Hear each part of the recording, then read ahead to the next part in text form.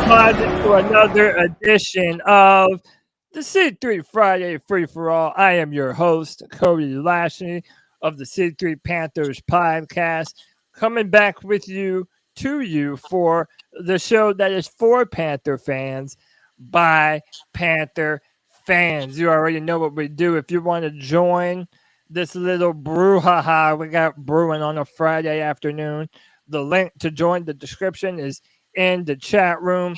It is also in the description of the YouTube and the Facebook video. We appreciate everybody for being here. You already see we got all the faithful. We even have the man himself, the professor, Tony Dunn, in the building for another Friday Free for All. Tony, my brother, how are you, man? And you're muted. Off to a wonderful start. Wonderful. I'm doing well. Hope you guys are. Friday Free for All is fun time for everyone, and I'm sure you want to talk about DeAndre Hopkins at some point. And I was hoping to put out an exercise tonight.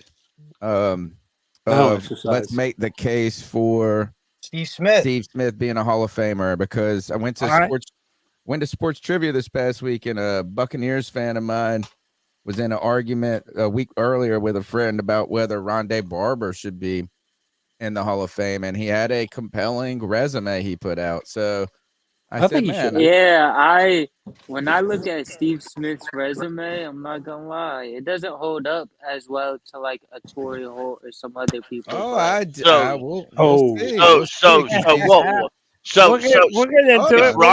it. If Rondé Barber's a Hall of Famer, how come Steve Smith isn't? Well, Rondé isn't, but this is the whole point. Is that he put a resume out, and it was a compelling argument. So I wanted to run a similar argument for Steve Smith tonight. Hey, that sounds like a Friday Free for All type of argument. Wait a minute, are we saying Hall of Famer this year or just in general? Yeah, does he deserve to be a Hall of Famer? And I think I can make the case that he should be. Yeah, for sure. Just the one thing, it was just something I was thinking about for the Friday Free for All. So putting it out there. Thanks for having me on, Cody. Friday night. Hope everybody go ahead and smash the thumbs up button. Don't forget Tuesday night, the C3 Panthers Podcast live, 9 p.m. Longest running Panthers podcast. So let's go. I'm ready. Hey man, happy to have you back in this Friday, Professor. Next up, you know him, you love him. He's a legend of Panther Nation at this point. It's Panther Pickle. Panther Pickle, what's up, buddy? Hey, wonderful, folks. I posted on Twitter. I'm gonna throw this out there.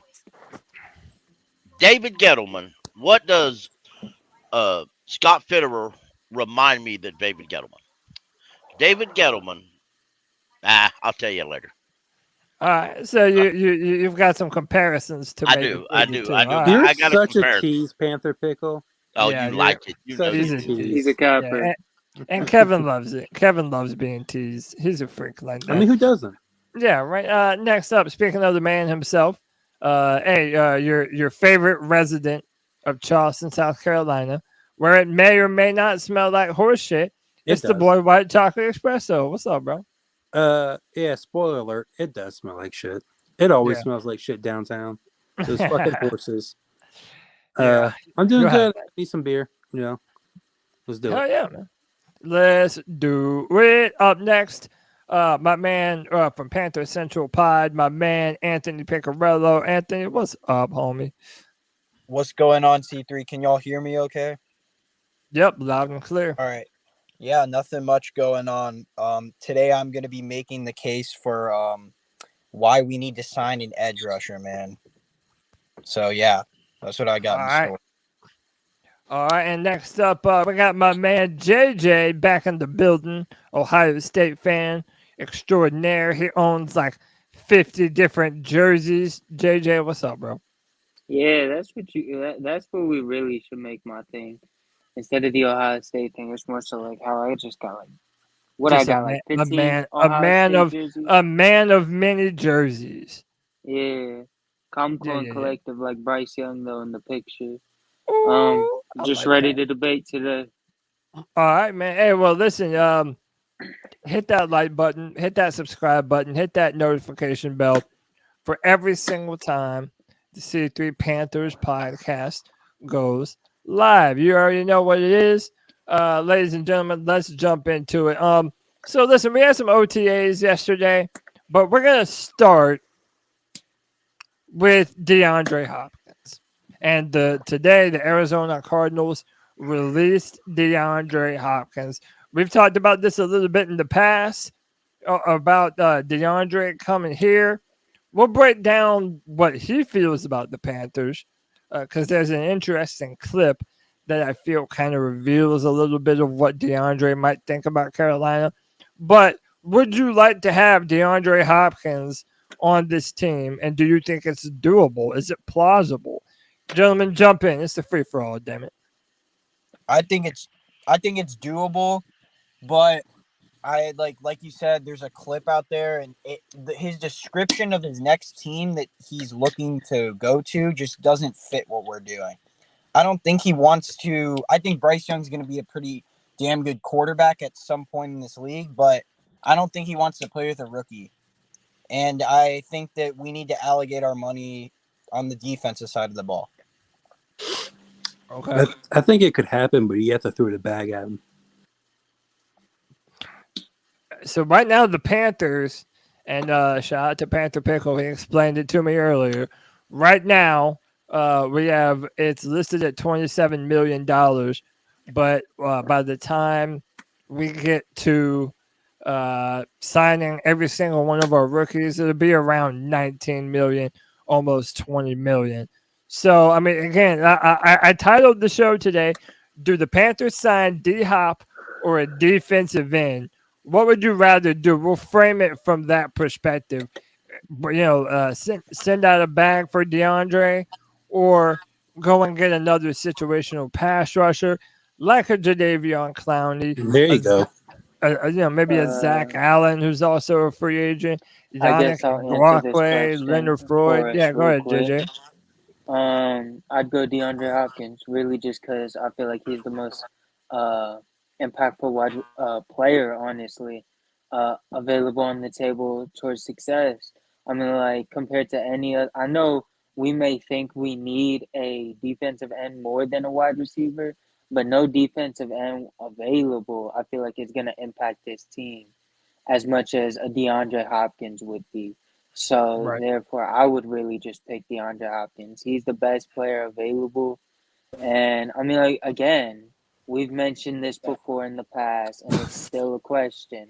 We don't know if any of these wide receivers on the team can still hold up as a wide receiver one and prove themselves like that, whether it's a rookie or a TMJ or any of those guys. So I feel like, DeAndre Hopkins would be a big help.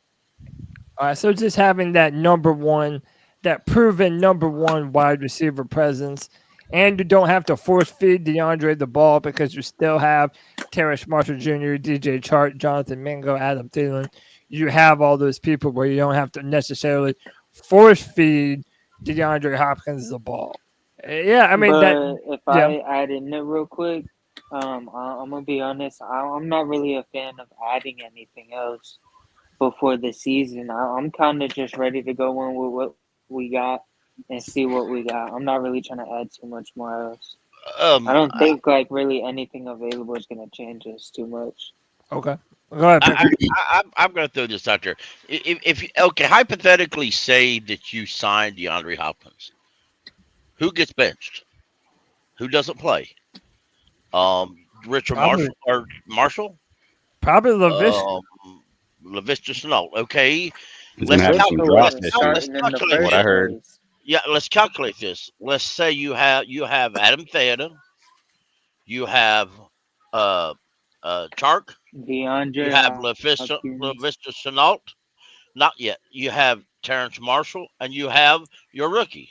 That's 5 wide receivers. You add a 6 wide receivers in there, even if you don't play Chenault, even if you don't, you inactivate. The Saints can beat them by the counter of the time. And even if that happens, then you have 5 wide receivers that you're hypothetically going to play in game day. How many of them actually get on the field? Like I said, if you want your young wide receivers to develop properly and get plenty of playing time and develop, you've got to put them on the field other than special teams. And signing another wide receiver in free agency isn't cutting it. So do you think he Yeah, I think that. Do you think he can take away some much needed snaps and touches from other players on this team right now that really and we're going to be running the ball. I mean, if we're going to be, Kevin's right. If we're going to be running the ball, then I mean, I'm sorry, you don't need it. But as far as defensive ends, you do need it. But that goes back to my other storyline. Scott Fitter doesn't seem like the GM who's going to rush out there and sign a position of need. He goes with this mantra, and David Gettleman had this mantra where here's the guy I signed, here's the guy I like, and coaches, you're going to make him work. Exactly. Here's the guy I draft.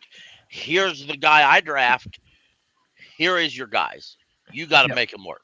Go ahead, Anthony, and then I'm going to introduce some more people. Go ahead, Ant. And to two things. To go off what Pickle just said, how has that worked out for us, Pickle? Pretty fucking bad. It ain't. But we seem to like these general managers who have this mantra. So yeah, and there's nothing wrong with that. Like if DJ Johnson turns out to be a great player, I'll have the egg on my face. But reality is, going back to the Hopkins thing, right? I like what Pickle also said when he said, how are you going to know what these guys really are if they're not getting opportunities? I understand that maybe they don't have the highest ceilings, right? But with Terrence Marshall under a real coaching staff with a full season to really see if he can blossom into something, I'd rather take a gamble on that than sign Hopkins, who, could help Bryce Young more, but not in the long term. Right. Exactly. No, that makes sense, man. I mean, let me welcome two more people to the show. We got Adam Sanders in the building. Adam, I see you in the chat all the time, brother. Happy to have you on the free for all, man. Yeah, I think you're muted, man. Oh, can you hear me now? Yep. Hey, what's up, boys? Long time lurker, man. I've been enjoying this show for years and years. Happy to have you, man. Some, Panther football. Yeah, man. Let me ask you real quick. DeAndre Hopkins, is that something that you would like to see happen, or would you rather sign another defensive end or another edge rusher with the rest of that free agent money? I like the edge rusher. I feel like DeAndre Hopkins. I mean, he say what you want about his ability, but he is getting older. I'd like some young guys at the receiving core to grow with our quarterback. I think we have a veteran guy, Thielen. I mean, I think our biggest need is edge rusher. It could literally take our defense from just like a liability defense to like an elite defense if we had that guy that could, rush the other side with Brian Burns. Yeah. Now, do you have a name in mind? Like, for the most part, we're saying, okay, get another defensive end, but I feel like, there's some good names out there, but there's not like one gotta have player that like, you couldn't miss if you signed this defensive end. So is there a name that you favor? Not particularly. Like I don't. There's not anybody in the free agent. I mean, is Ngoku? Is he still out there? Yeah, Yannick Ngakoue is out there. Leonard Floyd is still out there. Either of those guys right there. I mean, Jerry Allen and then White Chocolate's favorite, the old and washed up Jadeveon Clowney. That man was better than Burns 2 years ago. And what would the price tag be for him though? Like, I mean, probably he's a big name. Honestly, he signed last year for $10 million. You probably get him for $5 million. And he played well last year too, right? He was good when he was in. Hey, a few orders of business. Donnie Lynn with the $5 super sticker. Appreciate you so much, Donnie. Thank you for supporting C3. We also have the best beard in all of Panther content creation. The Bat Daddy. What's up, brother? What's up, man? What a title. The best beard. I like that. I've never been the best at anything. I can't think of another. I can't wait for you to shave that bad boy off, though. I'm not going to lie. I can't think of another one that even runs for your money, bro. Right now, you're on top of the beard game, man. I appreciate it, man. Can't tell you when I grew it this long. This is just the. How long did it take? Also, when I grow it this long and then I do actually cut it and shave it, my face is so cold, and I spend all day long I'm doing this, and there's nothing there. It takes so long to get used to. I've done that too. You lost a part of yourself. That's why. It does feel weird when you shave your beard off. Oh yeah. Yep. And it'll never go completely off. I'll never be barefaced again. So. And next up, this man has been waiting for a minute. We also have Grayson Cordell joining the Friday Free for All. Grayson, if you're there, now it's your time, bro. What's up? What's up? How you doing, man? Good. Hey, you want to sign DeAndre Hopkins, or would you prefer a defensive end, my man? Defensive end. Okay, why do you say that? Smart fellow. What? Why'd you say that? Why would you prefer a defensive end over DeAndre Hopkins? Because I don't like their defensive end because he's kind of bad. Okay. Because your gross Matoast, Bert Matoast is not going to be good enough here. That's why. But you know, I told you for the draft they weren't going to. Or shortly after the draft, I didn't think they'd sign another defensive end.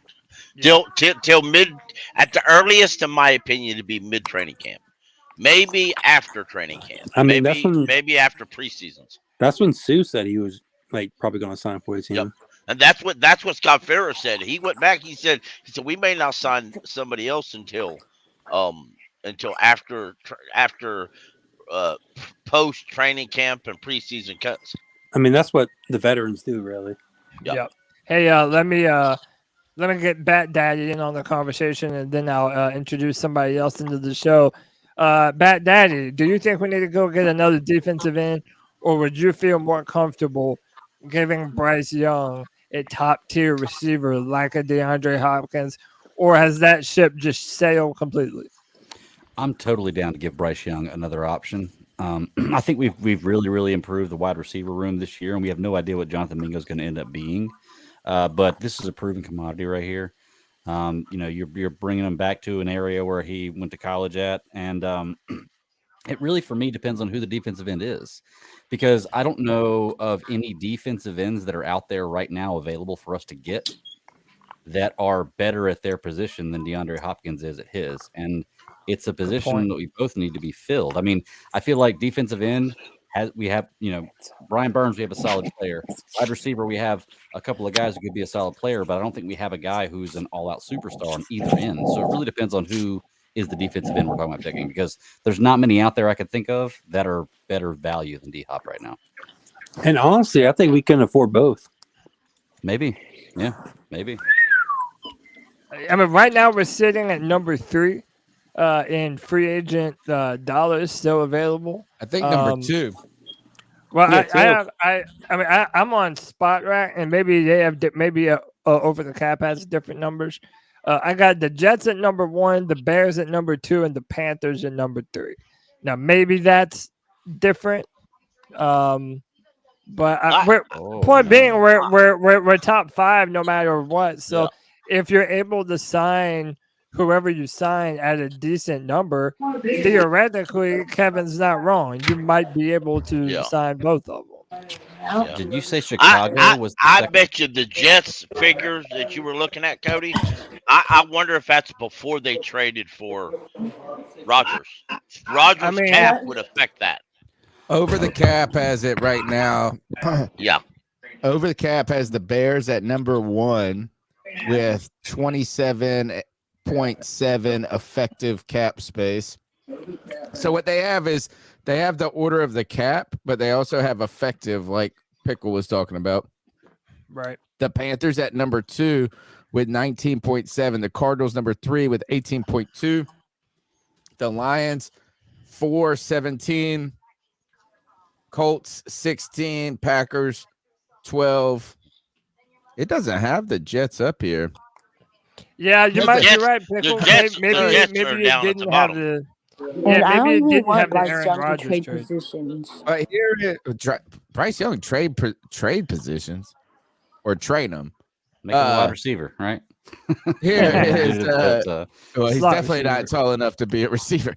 The the thing is like Kevin said, is you might be able to do both in a way. Is like, and the reason being is who else is going to be able to pay him what he wants, or be able to pay him significantly more than the Carolina Panthers.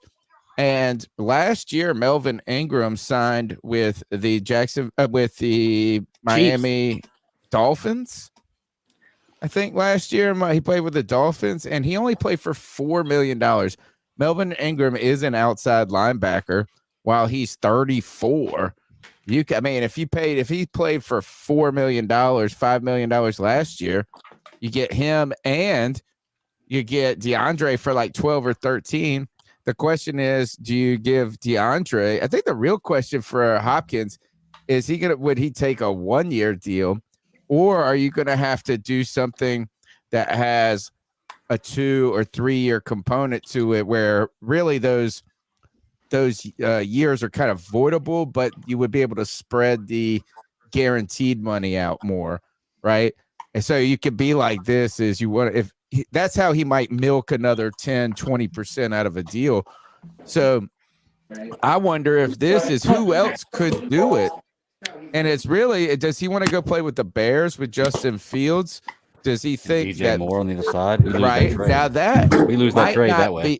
That might not be terrible. They have the money to do it. Yeah. He wouldn't want to play with the Colts. You don't want to see him. He's probably not going to want to play with the Packers. That Love hasn't even played. Right, is maybe the Lions. You could see Jared Goff being the type of a quarterback. Now, what about the Ravens? He might gravitate to? What about the Ravens? The Ravens to me seem they want him though.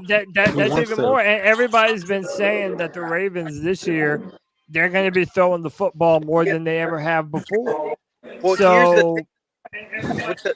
With the whole salary cap myth, like, didn't the Ravens just give Lamar a fucking bag, and didn't they pay Odell like 1 year, $19 million? Like, this is why I don't buy the salary cap, man. Like, I realistically think it just comes down to where the player wants to play, and like most of the time, the team will make it happen, some shape or form. So I want to believe, because we have the second most cap space, that we can sign him. But I don't know if he wants to come here. Like, I just truly don't think he does. I think that's the important question, right? Is where would he want to go more? And it's really like, can the Chiefs figure out how to get it done? Because who else is another team that has those needs other than maybe? I think the Ravens would be a good fit. According to Adam Shepard says, now this is a tweet 6 hours ago, he said that DeAndre Hopkins said on the I Am Athletic podcast, the 5 quarterbacks he would most likely like to catch passes were from the Bills, Josh Allen, the Eagles, Jalen Hurts, the Chiefs, Patrick Mahomes, and the Ravens, Lamar Jackson, and the Chargers, Justin Herbert. Oh, what a surprise. I didn't mean all the top quarterbacks in the NFL. I want to go to a team that's already Super Bowl ready. What a surprise. Yeah, but by the way, some of those guys actually need a wide receiver. Yeah, but by the way, like Greg, if you're a free agent receiver, why wouldn't you want to go to someone that's proven? I do think that's this is a 20-second clip. I think this one would be okay to play. This is about DeAndre Hopkins. I thought you would have said the Jaguars on this. This is whether or not DeAndre Hopkins would play for a rookie quarterback this season. Do you want to catch a ball from a young player? Are you past that point in your career? Like, some guys out there. Yeah, I'm past that point in my career. But I heard that the quarterback we got from Houston is pretty good. I like him. My grandfather was sending me his highlights on YouTube. So I think he mentioned C.J. Stroud right there. He said the quarterback. Oh, Clayton Tune. He got drafted by the Cardinals from Houston. There's no way that's who he was talking about. Yeah, it must have been from weeks ago though. Like when was? I mean, that wasn't since he's been. Released. I think he just got released today, so he didn't go on that podcast today. Well, but there have been rumors for a long time that they were going to trade him. Right. And if you're going to go and get traded, you don't want to go to an uncompetitive team. But I don't think that comment is made in the context of now I'm a free agent and I could make $5 or $6 more million here or there. I mean, like, would you rather go play with Bryce Young and the Carolina Panthers in a competitive NFC South? And when I mean competitive, like you have a chance to progress and go to the playoffs, or do you want to go and play with Russell Cook Wilson, who is a veteran? No, you don't, right? So, I mean, I know ideally he wants to go play with the Kansas City Chiefs, but if he can make $8 or $9 more million in a single year playing with the Carolina Panthers, I don't think it's just like the fact that he's a receiver. I mean, that Bryce Young's a rookie precludes us from him. I don't think we're as far out of the conversation. I think the Patriots would be a place that would be more difficult to sell him on. I think, of course, the Chargers, the Jags, but I think the Ravens are interesting. I want to just ask you this, and I'll pass the mic, is do the Ravens have enough openings for him with Odell, Rashard Bateman, as well as the rookie that – didn't they draft a rookie? Zay Flowers. Is that room too crowded? If you guys are saying they've invested too much. And then who would be a better fit? And it's like the Chiefs or the Bills. Lions or the Bears, and that's it. No. Jacksonville would be dope. But how good would too many receivers there? I mean, how good would Odell be? Yeah, that's a good point. Like you don't necessarily know what you have in Odell, and I think a lot of people don't. A lot of people don't know what level D-Hop is on right now. There's a lot of people. I know a lot of people on this podcast feel like maybe DeAndre is already seeing his better days. So I don't know. If when he was on the field last year, he was playing the exact same. He was playing better than the year before when they started off really good in terms of yards, so it really didn't look like there was a decline at all. But if you're DeAndre Hopkins, you have a choice to go somewhere and be a 2 or a 3, or go somewhere and be a number 1. Where would you go?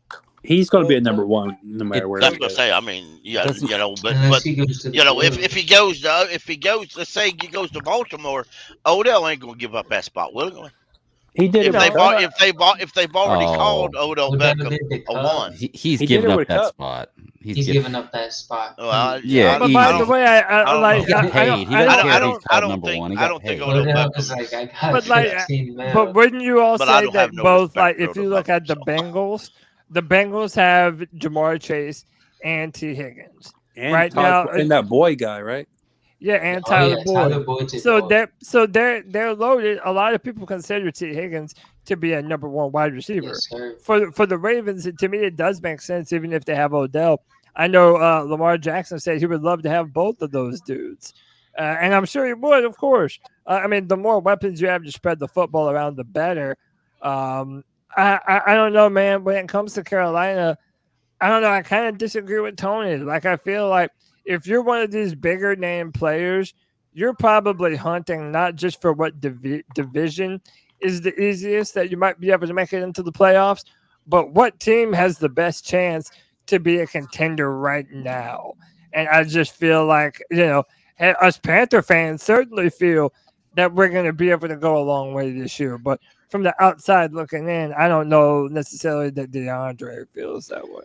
Yeah, Coach, I got to get back to work. Can I just say what I got to say real quick? Yeah, go ahead, Anthony. And go ahead. So I know Greg's in here. Greg, what's up? But we always talk about the same thing with like how players already make so much freaking money that it's like, man, at what point do you not want to just play with the best team in the league? So like if I'm DeAndre Hopkins, I'm doing what Randy Moss did in 7 and I go to the best team in the league, play with the best quarterback, because that ultimately gives you the best chance to win. That's what I think. I think he should end up in Kansas City. That's ultimately where he should go. But if he cares about making an extra, 3 lifetimes worth of cash, then go ahead and, take a big salary from a team that desperately needs a wide receiver 1. Mm-hmm. But yeah, that's all I gotta say. I'll be back on later. I gotta finish up working here, but yeah, no problem. Peace and love, Anthony. We'll see you later. Yep. All right. Yeah. Go ahead, Greg. Hey, well, I just want to bring up the point, and this is the example Tony gave earlier, and it's just like, y'all, have we not learned our lesson? Like, if you gave us a scenario of, well, I had the chance to go to a team like Kansas City or Buffalo, like we're talking about the team that's like a ready-built championship contender, but I can make more money if I go to Carolina. Well, I don't want you.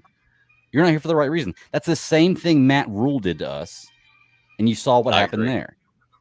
I don't want a player who wants to come here because he can make more money here. I want a player who wants to come here because he can win. Well, that's the majority of the league. That's majority of the league, though. Right, but it's the majority of the league. But I want players that want to come here and think they can come here to contribute and win, not come here to get paid. That's a great point. If you don't see the Panther, so for example, right, Adam Thielen, he gave us a chance.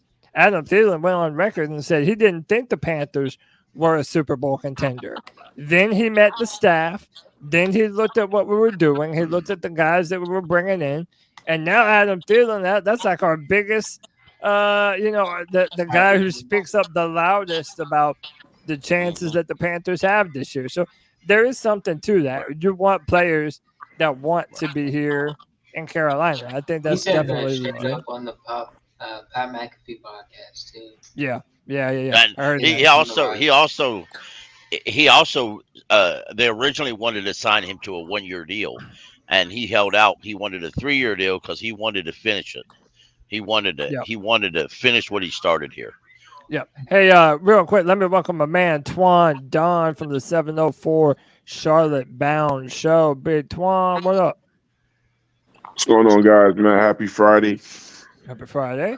Happy Friday. What's up, man? How's it going?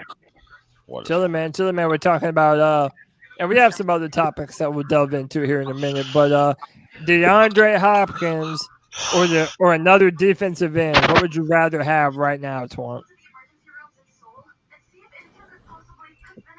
Yeah, Twan, that's hard. That's hard, bro. All right. DeAndre Hopkins. All right. Why is that? He's just a better player. That's an elite wide receiver. If Bryce Young is going to be starting, why not make him as comfortable as possible with that type of receiver that's going out? You got. I always believe in going with proven opposed to unproven. Yep. So there's no defensive end that has a name enough for you to want them over DeAndre. Well, I mean, on our team, though. But if a big name comes up, then I'll definitely revisit that. Though I think we need a defensive end more than a wide receiver, but DeAndre Hopkins' talent,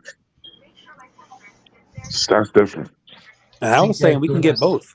We can literally. Yeah, get hopefully we can get both. That's different.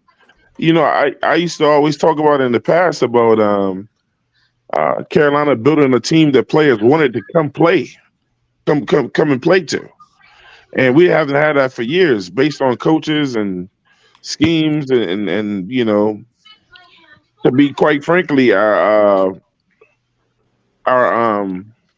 reputation. Yeah.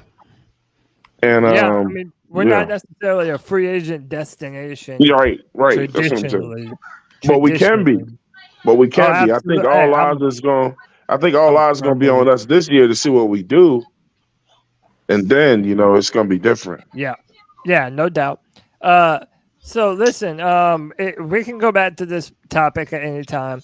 It's a free for all, man. It's a show for the fans, by the fans. So if y'all want to add in on that topic, feel free to do so. I wanted to jump into some of this OTA stuff because we had some good and some bad from our boy Bryce Young early. This was probably the best play that we've seen from OTAs of Bryce Young. 3-step drop, deep ball to the sideline for a first down. So you already see Bryce Young getting in rhythm and making plays downfield.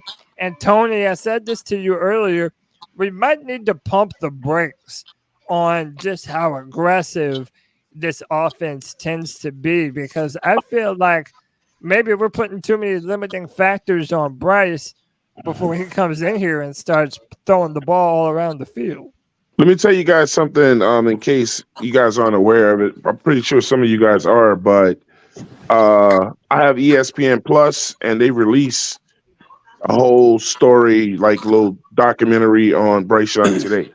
It dropped today. Oh yeah, thanks for reminding me. I need to watch that when I'm when all this is over, man. It goes inside his family, his home. You know, when he came to Carolina, just everything. Yeah, I have plans to watch it in the morning. Yeah, nice.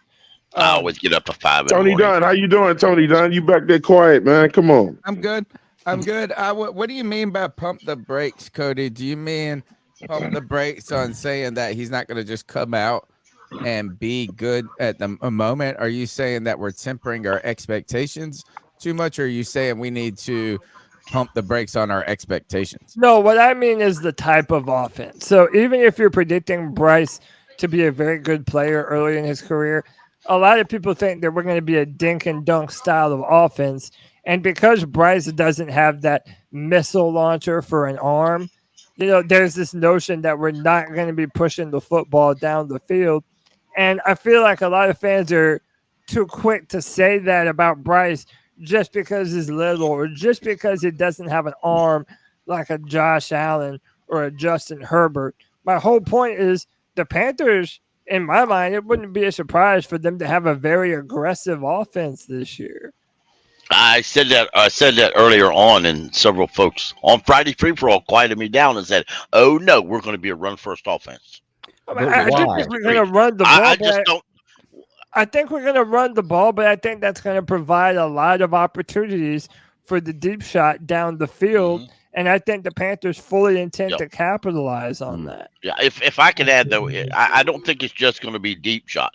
I really think we're going to be aggressive, but in the mentality of first down aggressiveness. Not all deep passes, but 5 yards here, 10 yards here. And it's going to, I think their idea is to cause the defense to come into the box to stop those 5-10 yards. And the short runs we plan to do. And then, go ahead.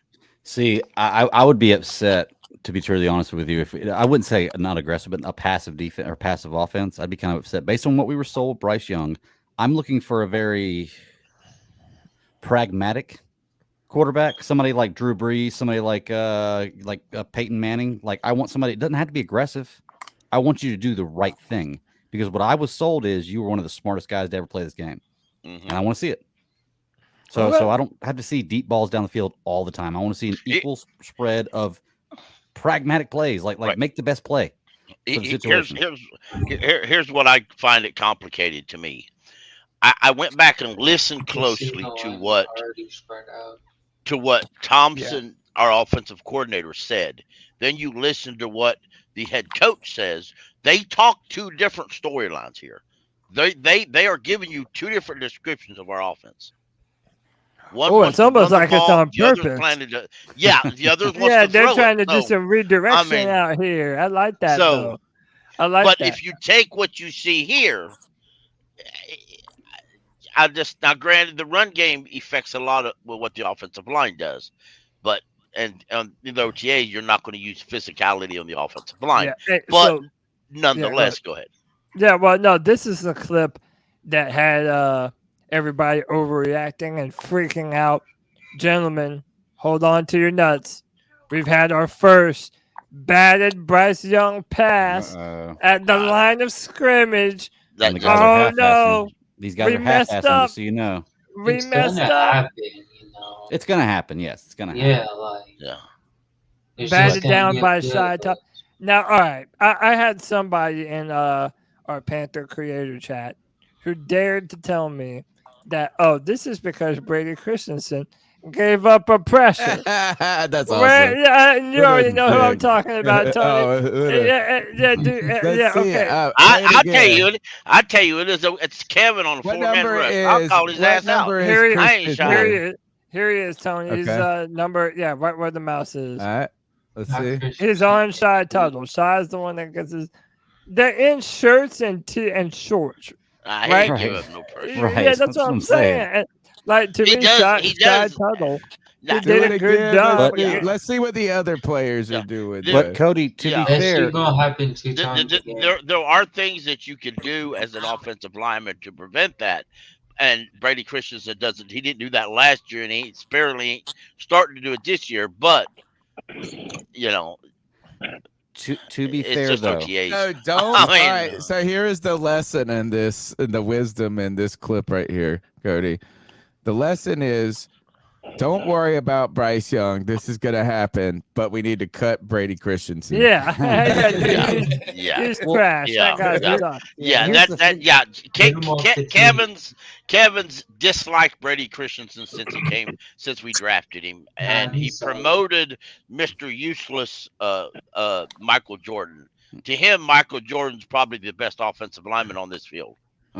With no exceptions. Two things. If Bryce Young wasn't wearing a red jersey right there, would you be able to find where he was in the field?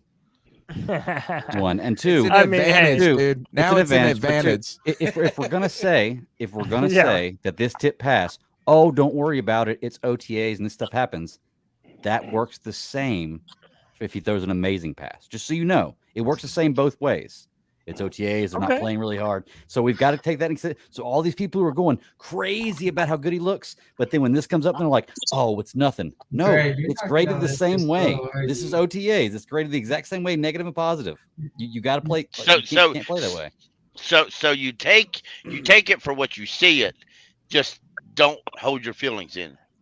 Don't get depressed about the bad. Don't get hyped about the good. That's a good Just idea. Say, it's still. That's a good mindset. Okay. I was saying we're going to let the Bulls throughout the season, though. Okay. Expect 1 or 2 of those again, honestly. It's the NFL. Did you see that chart? Defensive linemen are going to about go for the that, batted balls that was in the creator chat. No, but the most batted balls, for height, which was kind of cool. Hold on, let me see if I can find it. I tell you what's something that I have noticed. I know that here it is. Tall it's on Reddit. Hold on, it's on Reddit. I know that the tall guys are at the top of the list. Okay, Bryce. Watching the clips, watching these clips that I've seen already, and the clips from the Tampa Bay Bucks OTAs, our guys can catch, and our quarterback can throw accurate passes. Whichever quarterback we have, whether it's Matt Corral, whether it's Bryce Young, whether it's Andy Dalton, they can throw better than lame ass Baker Mayfield. So that's just my opinion. Break down what you're showing here, Tony. All right, so the way this chart works is it's batted ball rate versus height. And what it is in the left side of the chart is the shorter quarterbacks. The right side of the chart is taller quarterbacks. And the bottom is batted balls. So the higher up on the chart, the worse.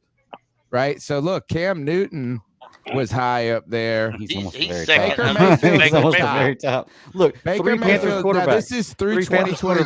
Baker Mayfield, Kyle Allen, Cam Newton. That's something to be proud of. Damn, man. The other thing is and Taylor Heineke's up there too. And Sam Darnold. The thing is like, so we don't suck, don't that is now thinking back at it, right? There's Bridgewater. Cam Newton did have a significant amount of batted balls. Oh, Sam Darnold's up here. So if we look on this side, if we go to the bottom, what you want to be in is the smaller quarterbacks. Yeah, it's all the shorter quarterbacks. But look, Drew Brees, these are good. They don't. Drew Brees, Tua Tagovailoa, Gardner Minshew. They don't. Deshaun Watson. You want to be. This is the short category. You want to. You want to be below this line, right? And what the point is that there's a lot of tall quarterbacks that have problems with batted balls as well. So this chart is, I guess, trying to show us that it's possible to be on the shorter side and be on the better side of this line. So what you want to, I guess, try to figure out is, why is it that Garoppolo, Bridgewater, Russell Wilson, Gardner Minshew, Dak, what are these guys doing that we can try to replicate? Yeah. With or really going to look to that Drew Brees, And that Dan Orlovsky clip. Yeah, putting him under Can I explain that? They're shorter, you know. It's a part of like how they pass, you know. Yeah, go ahead. You have to be a little more aware of it. All right, the way that works is all right. So if you guys can follow this philosophy, so everything with that chart talks about throwing technique when you really look at it. You know what I'm saying? The thing is with shorter quarterbacks know they got to get the ball up higher, and they're always doing that over their careers playing ball. Like their technique, they've been taught to arch the ball, to throw the ball higher, to get their technique correct. Sometimes taller quarterbacks feel like I can just throw it at the level that I'm at, and I'm just going to get over everybody. Tall quarterbacks get anemic and then not knowing that guys can still jump. Cam used to have a ton of balls batted down because Cam never put any arch on his balls. You know what I'm saying? And then, with him throwing off his back foot, so I just think shorter quarter. He threw the ball straight. Shorter quarterbacks actually have better technique. Because they have to practice throwing it better. Was it Tuesday, guys? Was it Tuesday on the Tuesday show, Cody, that somebody said that they were 6'4" and they don't throw it over linemen?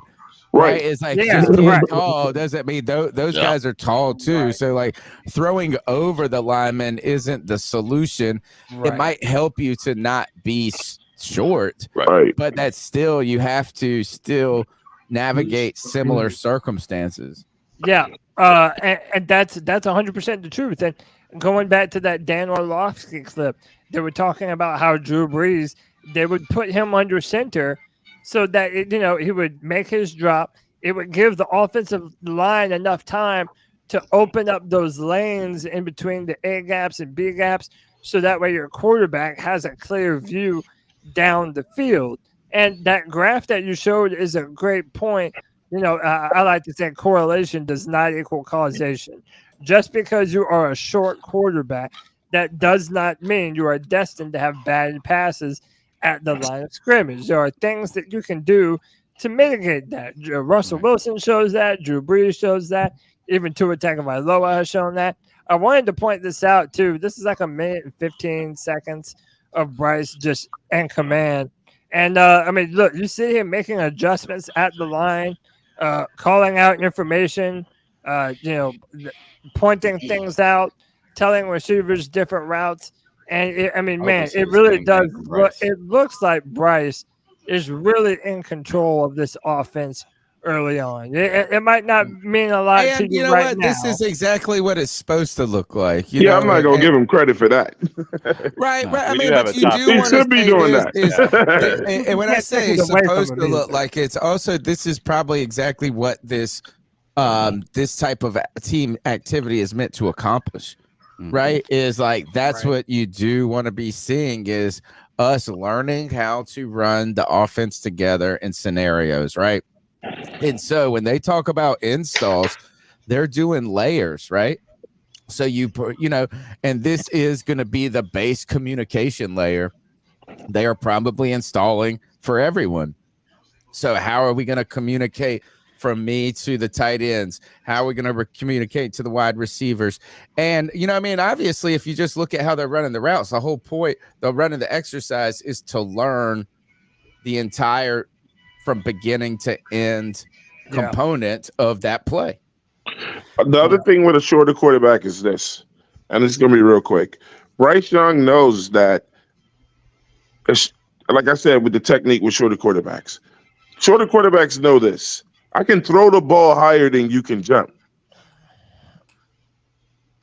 Taller quarterbacks think I don't have to get the ball up because nobody can bat my shit down. Right. So, like, when they talk about his intelligence with Bryce Young, that's the shit that I absolutely love about him. Knowing that, look, you can jump as high as you want to. I can throw the ball higher than you could ever jump. Yeah. And I also feel like when you're a tall quarterback, you're trying to bring the ball down sometimes so you're not overthrowing the football. Go ahead, Greg. I know you wanted to get in. Yeah, I just wanted to ask, so like based on the analysis of what we're talking about here and that chart and everything, It seems like what we're saying is that when smaller quarterbacks have to be more cerebral. I never say that word right. Cerebral. Cerebral. And, yeah, I always I say can't even say it. I can't even say it. Just say cerebro, like extra. There you go. Okay, but they have to be more. They have to be smarter. So they need lanes to throw into. So what I'm thinking is then, if you don't have an offensive line that can build those lanes, then you're at a significant disadvantage being a short quarterback. So realistically, Bryce Young's success right now is not necessarily built on how good he is, because I believe he's a good, talented quarterback. If you give him the right stuff, he can do it. It's going to be on how great the offensive line plays, because they have to be able to open up those lanes. And if they don't, then you've got a guy my height behind the line throwing the ball. That makes sense if you look at Drew Brees' history, you look at Russell Wilson's history. That makes a lot of sense that way, because you got to have a offensive Russ line. Never had a good offensive line. Russ is a little more mobile, though. Russ is pretty mobile. But hey, can I just point out, like, if you look at this play, I mean, again, it's just OTAs here. No one's overreacting about anything. Yeah. But look at what Bryce is able to do just naturally. He's able to find the spaces. He stops, sidesteps to the left, like 2 or 3 times, plants his feet, finds Terrace Marshall Jr. across the middle.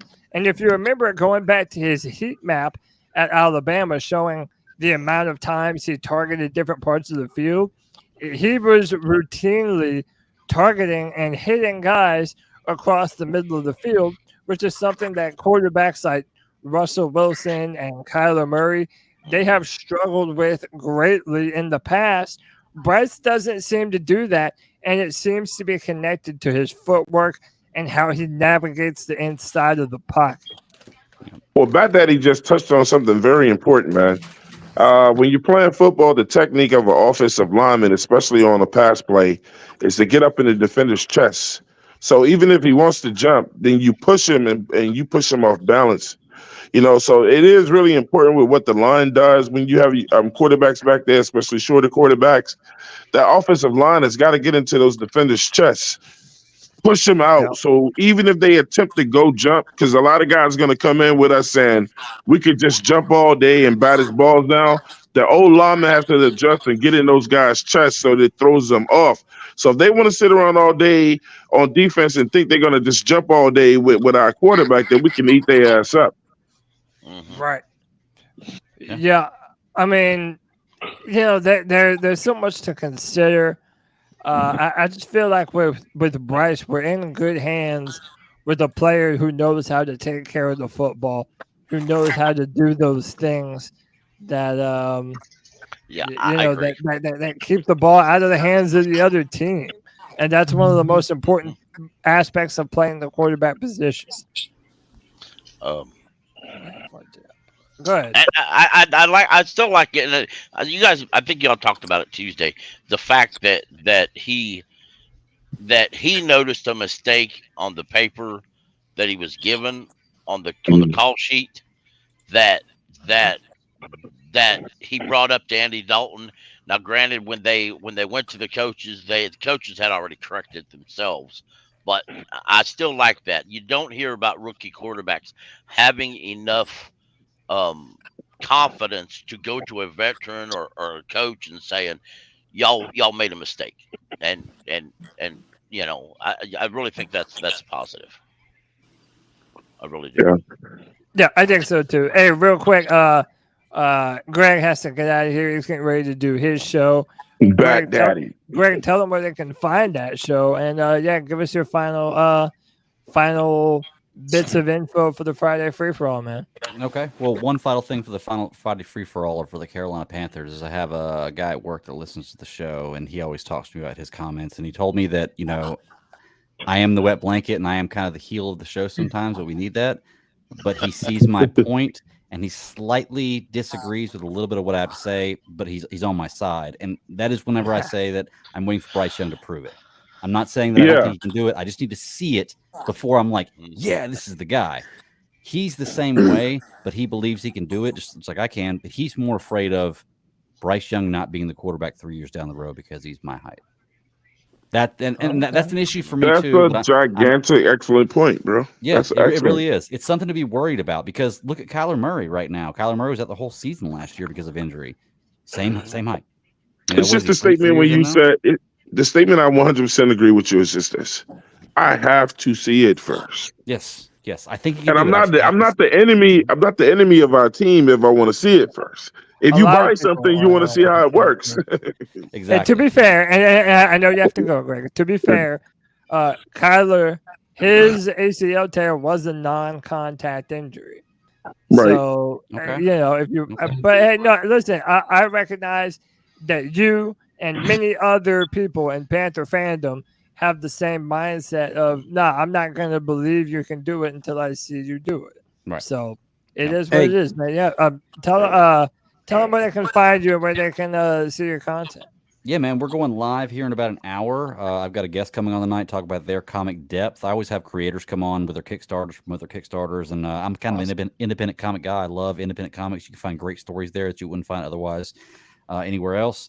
But we're going to be talking about the depth and same guys who did Mechatron with us a couple weeks ago. So they got a few things going on right now. I know that I've watched Dungeons and Dragons, I've watched Quantumania, and I've watched what was the one, the DC movie, Shazam, this week. So we're going to talk about that kind of stuff. A little bit of news going on in the pop culture media. Beyond that, there's not really a whole lot going on right now. So we're getting revved up for The Flash coming out soon. Bad Daddy, real quick, man. I'm also a comic fanatic too, but I'm looking to get out the game. So I have over 25,000 comics, all in plastic. I use files for mine. So if anybody's interested in looking at my collection or whatever, tell them to get at me, man. I got a lot of grade A One Pieces, and I'm just getting out the game. Yeah, I understand that. I'm kind of out of the game of buying comics. Like I love having single issues. Like I like buying like physical single issue copies, not trade paperbacks, not digital. I just love the feeling of it. But it's gotten to the point where the big dogs, the Marvel and DC, have gotten a little away from the writing that I like. So I'm working more to independent stuff, IDW and Image and stuff like that, and independent creators. And they have a lot of great stuff. Yeah. Hey, support independent creators no matter what genre and medium you're talking about, man. Hey, Greg. Yep. I gotta come check Greg out, bro. Lakers in 7? Yeah. Oh yeah, Greg. Yeah, it's been that kind of week. Lakers in 7, more like Lakers in 4, right? do they know who the finals is going to be? Like what two teams? I think Boston and Miami play tonight, game 5. I think Boston going to be the first team to come back from 3-0. Could be. They are. Check the Final 5 podcast this Saturday. We're going to be talking about it. So yeah. All right, y'all. I'm getting out of here. Greg, appreciate you, brother. Multiverse every Friday. Peace, brother. Hey, what's the name of that podcast again? Geeks Chasing Squirrels Across the Multiverse. I'll put a link in the YouTube. Please. Thank you. Yeah, man. There you go. All right, Greg. Peace and love, brother. Peace, man. Peace. Yeah. There was a question I wanted to ask. I'm gonna go check Greg out tonight, man. Go ahead, JJ. And I was gonna ask. Is it fair to say or ask, could Jonathan Mingo be wide receiver 1 by the end of the year? Oh, great timing! As I'm pulling up a clip. Not if you signed DeAndre Hopkins. Definitely not then, but I mean, you gotta maybe at the end. For every signing you sign, as far as wide receiver, somebody gets left on the bench. That's what you got. Obviously, that. So this is a clip of Bryce Young to Jonathan Mingo. By the way, shouts out to Panthers on Tap podcast for providing the video content. We have a little short route to Jonathan Mingo. Listen, man, if you go back and watch that Ole Miss film, the Ole Miss quarterback, Jackson Dart, missed him on so many deep shots downfield. It makes you wonder what type of numbers Jonathan Mingo could have had. So I really don't think we've seen the best out of Jonathan Mingo. A lot of his it wouldn't surprise me. Right now, I have Terrace Marshall Jr. being our number 1 wide receiver. I got TMJ being number 1 too. But hey, you know what? But my whole point is, it would not shock me if Jonathan Mingo ended up being wide receiver 1 just because of the physical talent and the upside. You're pairing him with another rookie. it just seems like he could have a breakout year this year. Yeah, I it would just shock feel me. like me personally, Mingo has the more physical talent, the more athleticism to go up and get it. He also is like more capable of getting yards after the catch. I feel like he's just gonna have more yards on the stat sheet for producing. I also think TMJ is gonna be a solid number 2, like a really good number 2. I think they'll both be good and both put up 800 yards this year. But JJ, I'm debating you. Like, I'm not questioning. Like, so, but are you taking into consideration that Mingo is coming out of college? And I know every now and then you get a guy comes into the pros and he's just amazing. And a TMJ that's now finally completely healthy, and just comparing to what he did in college and what he started to do when we got rid of Matt Fool. You don't think TMJ gonna come in there like and just take that really over? Good. I mean, like, I wouldn't be surprised if he ends up, like, I guess statistically having the best season, but I don't know. I just really think like Jonathan Mingo is the more talented player. Honestly, he's the physically better player. I think TMJ can be a big player as well, but I just don't think like he could do as much as Mingo, me personally. But, all right. Well, and it doesn't have to be an either or. It's fair to not believe it. Right. I don't think they necessarily duplicate skill sets all the time either, right? They You want to have a styles. diversity of skill sets, but I mean, at the current state of things, it's going to be Terrace Marshall Jr., Adam Thielen, and Mingo on the field often. I look at TMJ like a poor man's T. Higgins, honestly. Like, to be honest with you, is the guy is going to just, let's be honest. The wide receiver 1 is going to be the guy that Bryce Young is most comfortable with. Oh yeah, definitely. and shout out to Tony. If you remember Steve Smith's comments to Masood Muhammad, and back when they played, they were 2 different style wide receivers that actually played to each other's strengths and weaknesses. And that's something that we should look at. That we should also look at. Yeah. And by the way, I have some. Thanks to Tony. He just dropped this in the chat. I got some Mingo film playing right now, and you can see how much damage this man can do down the field, yards after the catch, big body, good hands. I feel like even though we did a ton of mock drafts, Panther fans were kind of low on how the NFL viewed Jonathan Mingo. Not just the Panthers, but I really do think the Panthers picked Jonathan Mingo where they did because one, obviously they liked him enough, but they didn't think it was going to be available by the time they got to that 3rd round pick. So they said, hey man, we're going to go and get our high end upside wide receiver in the 2nd round. And man, some of these plays, it's easy to see why they did. I mean, he really does have a lot of that AJ Brown to him. Hey Tony, mid-season when he fuck around and make all these big plays and is the wide receiver 1, you best believe I'm calling the Mingo Magic. There we go. I got a whole thing we're gonna do this season with Mingo, like a game I've invented. It's gonna be fun. But if you guys go check out this. It's at Tyler_FF_. He put together this thread of games where Mingo and really just to read off his comments from. So the first clip he puts up, he says Mingo has reliable hands with few drops on tape, great ball tracking, and the ability to crowd the pass is nice to see in clip 1. Clip 2, diving catch into the end zone is impressive. 3, sliding for the ball in clip 3, showing concentration, holding his way through.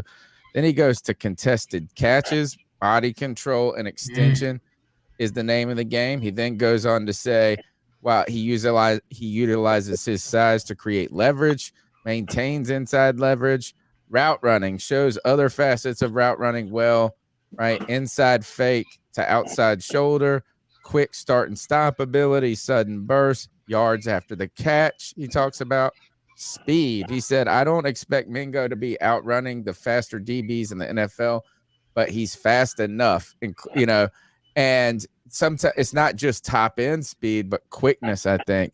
Strong blocker, right? So for people who are concerned about losing DJ Moore, he seems like one of those all-around players, like what you like about a DJ Moore is, right? DJ Moore is not the fastest, but he's fast. He's got yards after the catch, right? He's got, kind of athleticism. Mingo has a lot of traits, which are good. And then you go and you pair that with a longer, maybe Terrence Marshall Jr., a savvy veteran. All of a sudden, that's a pretty good. I mean, and even if DeAndre Hopkins DJ Shark would be the straight line speed, right? But I mean, this could be a formidable weapon for the Carolina Panthers. And by the way, in that third clip that he posted, Tony, there are some really bad passes thrown by the quarterback. Imagine somebody with Bryce's accuracy and ability to put the ball out in front of his receiver. Like a lot of and these give plays, him the run and catch ability, right? Instead of having to dive for the ball and slide, Some of these plays right here, you can easily see them being completed passes in the NFL once you have a better quarterback throwing you the football. Because it's not like he's ever getting jammed up. He's a player, I think, that's going to fit well into Frank Reich's offense, right? A West Coast scheme that isn't scared to push the ball downfield. Is it going to be Frank Reich's offense? Yeah, totally. It is. It is Frank Reich. This is why does he have an offensive coordinator then? He's an offensive consultant. Every Truly, team has an offensive coordinator. But I mean, they talked about this. But the Thomas Brown, this is not like the type of offensive. Thomas Brown's not going to be the offensive coordinator we're accustomed to seeing in Carolina. And that's a guy that's in the booth making the play calls while the coach is just watching. Frank Reich is going to be on the field calling the plays. And so really Thomas Brown is like an offensive advisor and prep guy for the That's week a prediction. Before. No, they've already come out and said it. And when did they say that? Right 2 weeks ago, man. Even Thomas Brown said that Frank Reich will be calling the plays. I think they said when they hired him, didn't they? Yeah. Frank Reich will be calling the plays, even though Thomas Brown put together the majority of the playbook. But by the way, he also said it'll be about 60%. It'll be about 60% what Frank Reich does and about 40% what Thomas Brown does. Pickle, I'm going to go to you. That's a good mix. Pickle, I'm going to go to you next. But I want to say this first. To me, this right here, on the fourth tweet from that guy Tyler Tony, this is yards after the catch. To me, this is why I think the Panthers fell in love with him. Big body, strong, and has a lot of yards after the catch ability. To me, this is what made the Panthers fall in love, because he'll make you miss, but he's also strong enough just to shrug you right off. And I think you want Bryce Young to the whole point about Bryce Young being so accurate, right, is so that then you could take advantage of those, like by hitting guys in stride and giving them opportunities to make plays. So that's going to be fun to watch. I see us with like a poor man's of what the Bengals have with their top two receivers. Because like I said, I look at TMJ like a poor man's T. Higgins. But I've always looked at DJ Moore like a poor man's Jamar Chase. And I compare Mingo to DJ Moore. So. Yeah, go ahead. Go ahead, Kev. I was going to ask you, Cody, would you compare Mingo to Michael Pittman Jr. from Indy? Yeah, but a little bit bigger. Yeah, that's not a bad comparison, but Pittman's not a very big dude. I think he's like 6 foot, 200 pounds. Yeah, he's not a super big dude, but I think that he would. Yeah, I think that it's not. I mean, unless I'm remembering wrong. I mean, it's entirely possible. That's not a bad comparison. Go ahead. If I could throw this out there, also, what and I know some folks don't want to see this, but Something you also got to consider: DJ Chark and Richard Marshall, or Terrence Marshall rather. Richard I was like, who? Damn, that's an old name. Tony knows who that is. Richard Marshall used to be a corner we had once. But anyway, those two are quite frequently injured. They have at least one injury a season where they miss time. I know people don't want to think of that right now, but if an injury happens, so if it does happen, then this is a key opportunity for Mingo and the rest of these wide receivers. But in the game of football, not to talk about injuries, in the game of football, Mingo can get hurt too. You're right. I'm an idiot, dude. Sometimes, I just talk sometimes just to hear myself talk. I thought I knew you was like 6'3" or something. No, I didn't think he was that big. I thought he was like undersized, man. Maybe I'm wrong. Yeah, I'll tell you something about Jonathan. Also, no, and Twan, I'm gonna let you continue, but this you cool. This is showing off the speed of Jonathan Mingo and how fast he is for such a big guy. He can run away from people. Motherfucking thighs, bro. He got them big ass boulders. I mean, big out here, man. Shit. And let me tell you something about Jonathan Mingo. I'm gonna say something real positive. It's gonna get everybody charged. That, like Tony just named a lot of stuff about Jonathan Mingo, all true. But I'm gonna tell you something that always goes unnoticed with him. His ability to be ready for the very next play is incredible. When he hits the ground, he's up, throwing the ball to the referee, ready to fucking go. Can you guys imagine what Young and Mingo in our 2-minute offense? They are gonna wreck shit if they're on the same page, man. That 2-minute offense. See, we don't get it. We don't break a lot of things down. So our 2-minute offense can be incredible.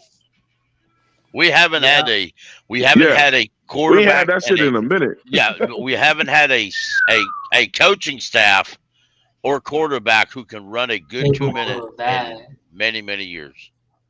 A shout out to, they're gonna be ready. We have 120 people, 121 people watching, and only 45 likes. Y'all hit that like button. Hit the hell of that like button. Hey, you know what that means.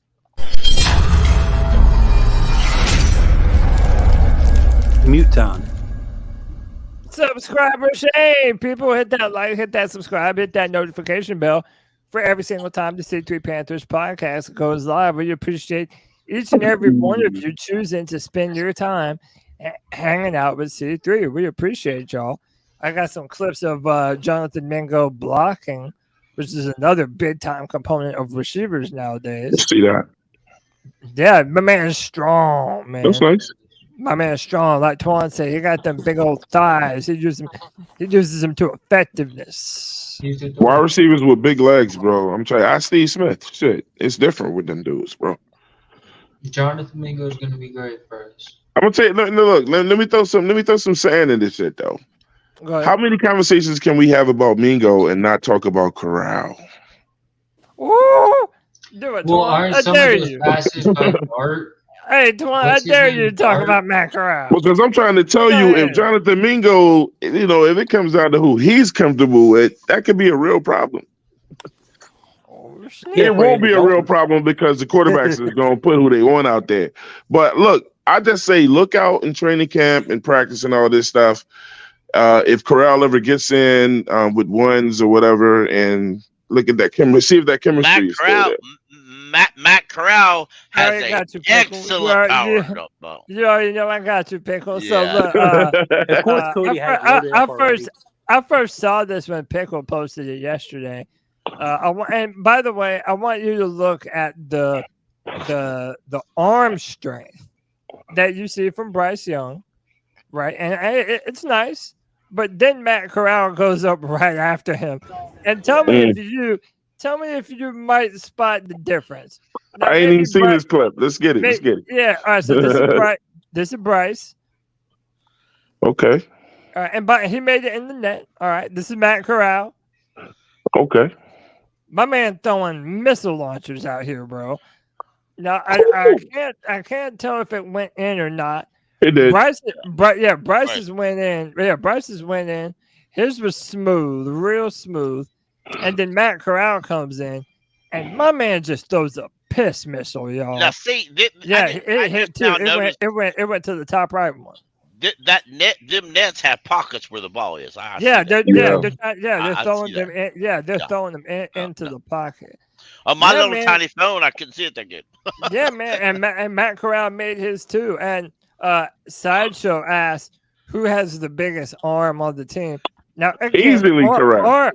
Arm talent, having a bigger arm. Rank right. Before everyone jumps down my throat, having a bigger arm does not necessarily mean you're a better quarterback. However, Sam Darnold is the example. Right, 100%. Now, if we're just talking pure arm talent, I don't even think it's a debate. I think Matt Corral has the biggest arm on the team by far. Y'all might think I'm out of bounds for saying that, but I think Matt Corral. You're not.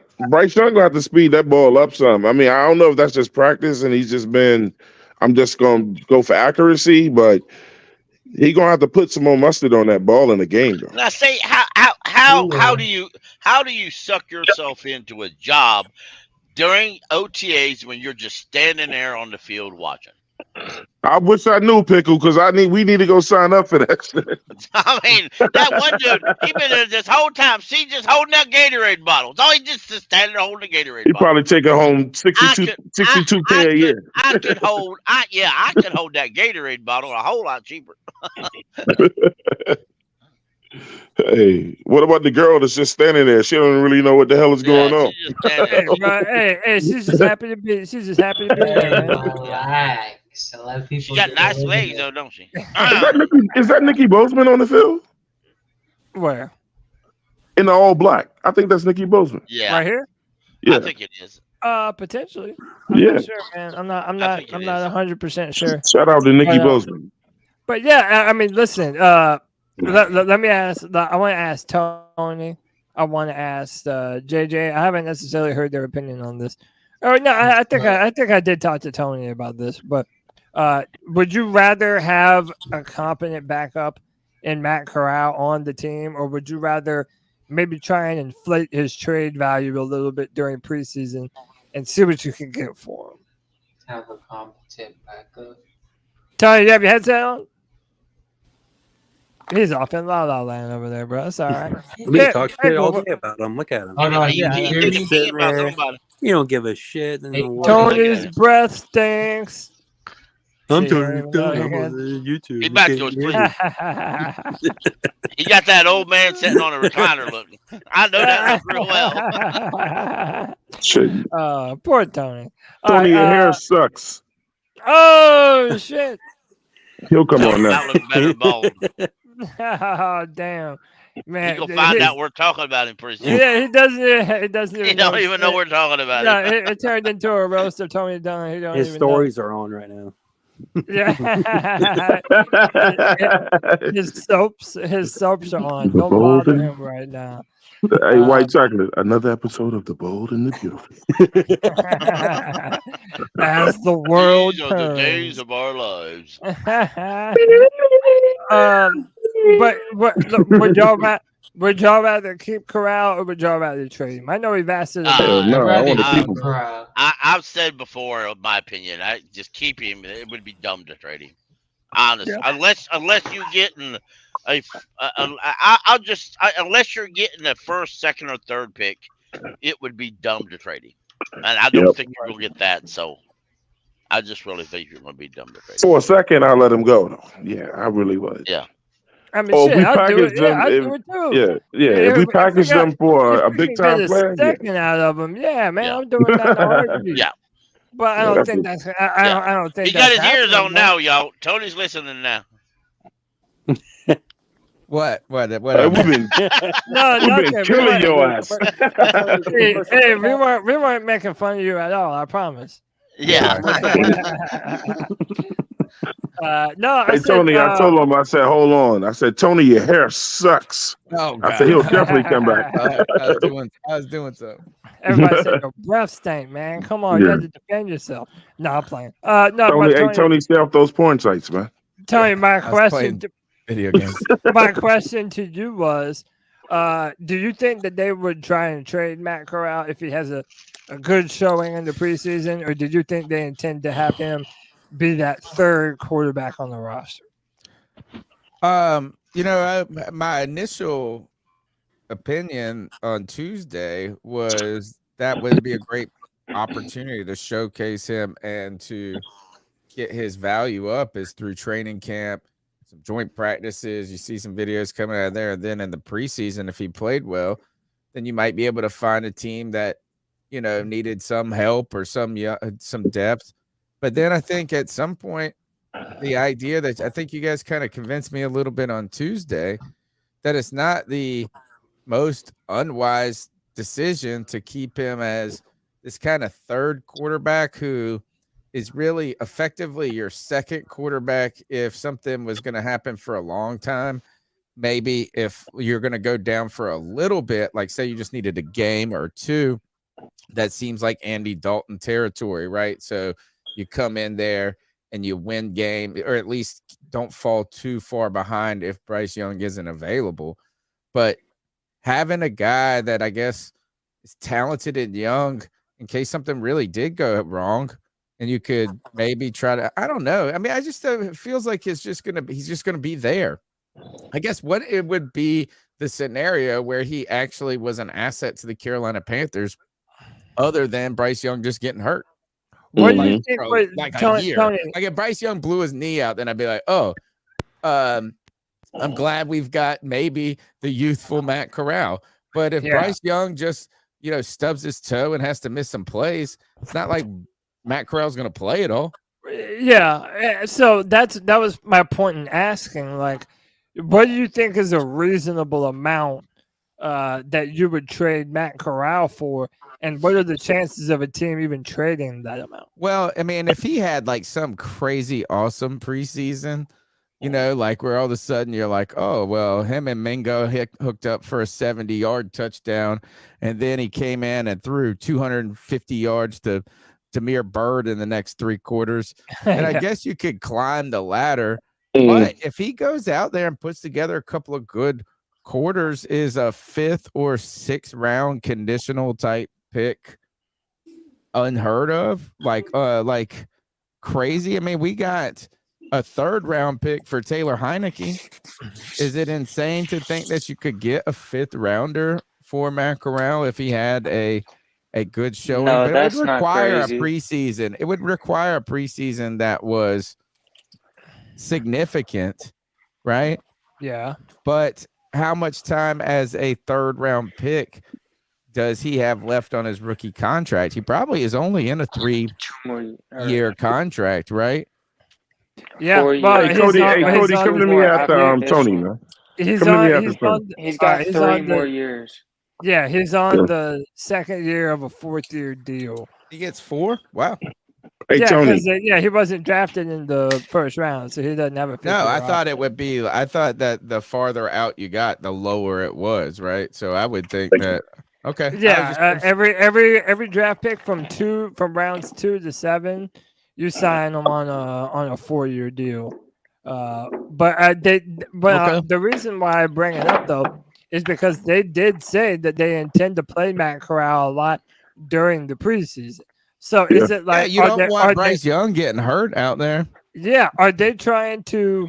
So it's either they're trying to inflate his value, or they're trying to do their due diligence and actually see what they have in Matt Corral. Or they're trying to protect their asset, their number 1 asset, who they know is going to start. They're trying to protect him Bryce put them Young out there? Why would you put Andy Dalton out there? Okay. Andy Dalton doesn't need the reps. Who else is there to get reps and potentially carry you through meaningless games? That does seem like the logical guy. You might as well just make him go out there and start the whole game. Let me ask you guys a question. Yeah. Go ahead, Tom. Taking on from what Tony was saying is this. My blueprint, how do y'all feel about this blueprint? I would let Corral play like they're going to do. If Corral goes out and shows out, I'm holding on to Corral until somebody goes down in the year from another team that calls for him. then we could get way more for him opposed to letting him go to a team right after preseason. I'm holding on to him. I'm not letting him go right away. You gotta wait until the team is desperate. And like we actually, and then where you can get more for him. Yeah. You know, we really got to look at that Corral situation. Like if he balls out, like then like, you know, it ain't fair to him, but we got to have you over here as our golden egg, bro. Wait, what you say, JJ? I said, bro, who the hell is desperate for some Matt Corral? Ain't nobody desperate for him. I mean, all these Corralians, baby. Listen, no, JJ doing his best G-Baby impression. You ain't even seen Corral play yet. I mean, he is right. Everybody's excited about Bryce Young. I've never been on the Matt Corral bandwagon, no. Well, there is this rotation of backup quarterbacks, guys, that gets fucking Bryce around at the end of training camp, right? Think about how many times in the past we've been a team that had, you know, you got a plan at quarterback, but then, you see like a Josh Dobbs in the preseason. A lot of times you see teams that have a joint practices, like look at players from the other team and like, I can see how he could be a good presence. Now we're going to be playing the Jets, I think, in joint practices. We're going to talk about that here in a minute. Do you think that Aaron Rodgers is now going to be like, going on a college retreat to Wofford? To Wofford. Like connecting with his school day vibes. Yeah, college self is that's what I'm going to call it now, the Wofford retreat for the Carolina Panthers. But there is this kind of back market for backup quarterbacks. So there might be some demand for these guys in the background, not for a team that's really trying to start them, but a team that maybe has concerns about whatever, or wants some sort of other padding on their roster. Yeah. But I think Twan brings up a good point too, is that you wait for teams that are in more dire need, particularly if he looks real good and you can start to create a mystique about him. Like they really need to do what the Patriots have done in the background. What maybe even the Packers did in the background. So it's like, we got Jordan. Like you create a narrative that may not even exist, and that could help the hungry team who's shopping hungry in the season pay that 4th or that 5th round pick, strangely, where you would only get like a 7th for him in September. I'm just going to agree with this comment that's up right now. And I understand. I think we would be better. I think we would be more. I think we would get more if we traded Andy Dalton to Matt Corral. Because Andy Dalton has experience. Matt Corral doesn't. Matt Corral doesn't have any experience. That's a great point, Pickle. But what's hurting Dalton is years played. No, but I mean, but he's right. But all right, but look at Nick Foles. If you look at the Renner, if you look at the Foles played everywhere, and he won a Super Bowl with the Philadelphia Eagles. Yeah, and if you're an NFL team and your quarterback goes down, and you are at a situation in your franchise that you have to go out and trade for a quarterback, chances are you need somebody who knows what the hell they're doing. Well, let me clear something up about Matt Corral. You could get somebody with Matt Corral's experience anywhere in free agency at any time of the season. No, so let me clear something up. I wasn't talking about Matt Corral going anywhere and starting. I'm just saying if one of your quarterbacks goes down. Corral. Why are we talking about this bum? Because we want to. Damn, dude, for real. And a lot of Panther fans. Why are we talking about Bryce Young? But Pickle makes a great point though. Like you keep calling me a Bryce Young fan. If you're some team that has a bunch of injuries at the quarterback position, and you really need somebody to be able to step up, Andy Dalton probably would be the name that you would go looking for. Well, that's if you're looking to rent. That's like if you're looking to rent a quarterback. If you're looking for a long, right. But if you're looking in the middle of the season, you're looking to rent a quarterback. Right. He's always had a job. Who? Some people start looking at their future. Shit, they like, I don't want to have to go through the draft for that shit. I can get Corral now. I said Gardner Minshew's always had a job. Right. Like, so while I understand that you're going out and getting a veteran, like if you are trying to, I don't know. So maybe that's the question then. Maybe Pickle's right. Maybe Matt Corrals are a dime a dozen. And they're not. And then if that's the case, then you might as well just keep them. I mean, you might as well put them on the practice squad if nobody's going to pick them up.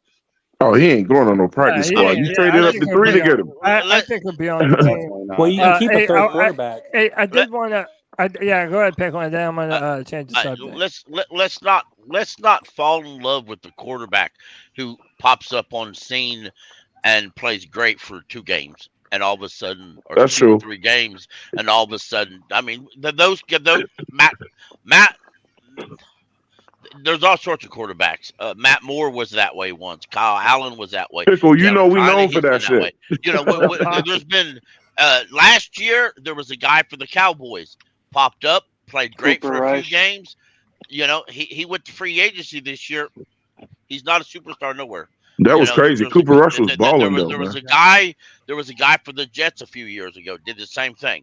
And I know people don't want to hear this, but maybe the 7th round pick last year for the 49ers might be the same type of guy. You don't know. You never know. You never know. You don't know. Hey, I wanted to ask y'all this. It has been confirmed, bro. Wofford is going to be insane this year, y'all. It's going to be crazy this year. So you got any information on our joint practices? That's what we're about to talk about, Twan. So the New York Jets are coming down to Wofford College. What? To play the Carolina Panthers. What? You ain't heard this, Twan? So that's why Tony was saying, like, oh, you think Aaron Rodgers is gonna bring his ass down? Yeah, he's on his college student. Is he gonna be injured? He's gonna bring his own tent. He's gonna bring his own tent. Yeah, his own RV. Is he gonna be injured when he gets here? Nah, you just can't hit him. He took one snap and got a boo-boo, and they pulled him out OTAs. You can't hit him. We just can't. You can't hit him in those. Nobody hit him though. That's the point. Nobody hit him.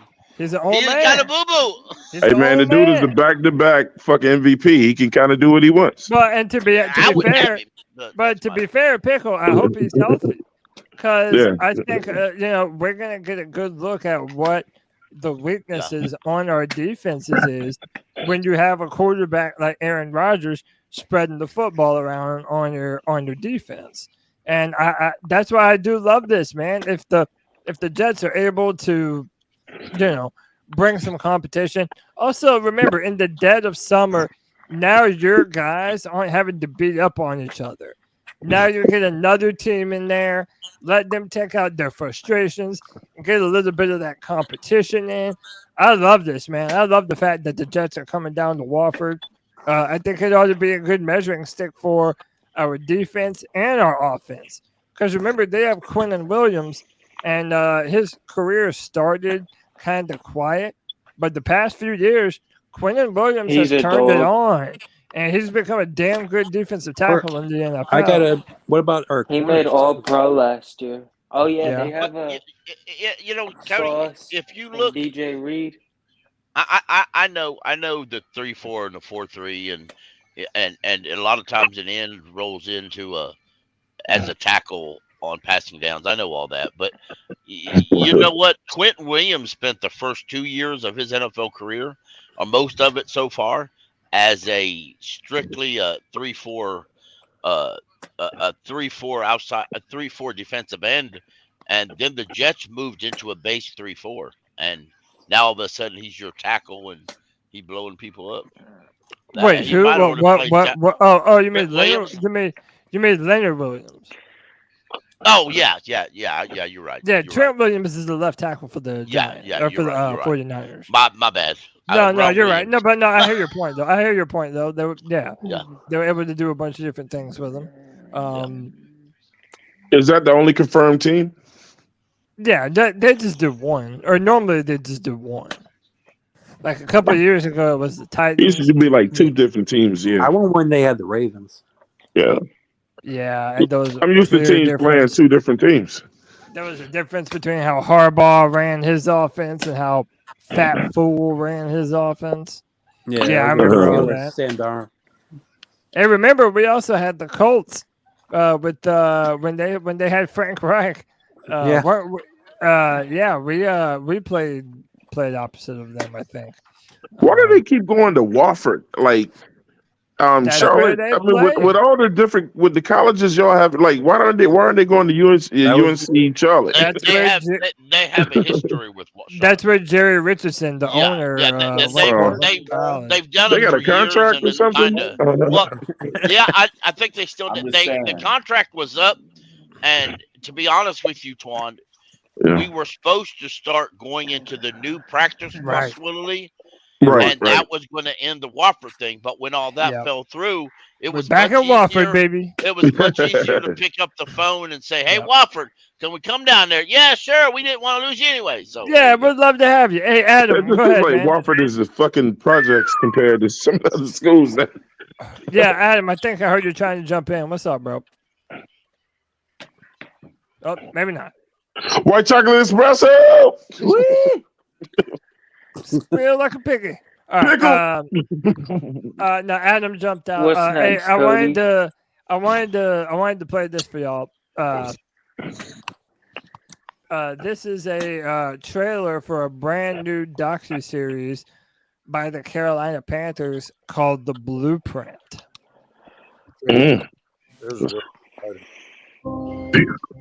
There was a lot of activity for about a week, trade to 3, trade to 2, but it started to get down to the wire. It didn't look like there was going to be a chance to get to 1. And here's what happened. He can win. I love it. I love it. Here we go. Good job. Good ball, Bryce. This is where it gets interesting now. We have a plan this year, right? We have a blueprint. I just said Panthers Blueprint. A 3-part docu-series.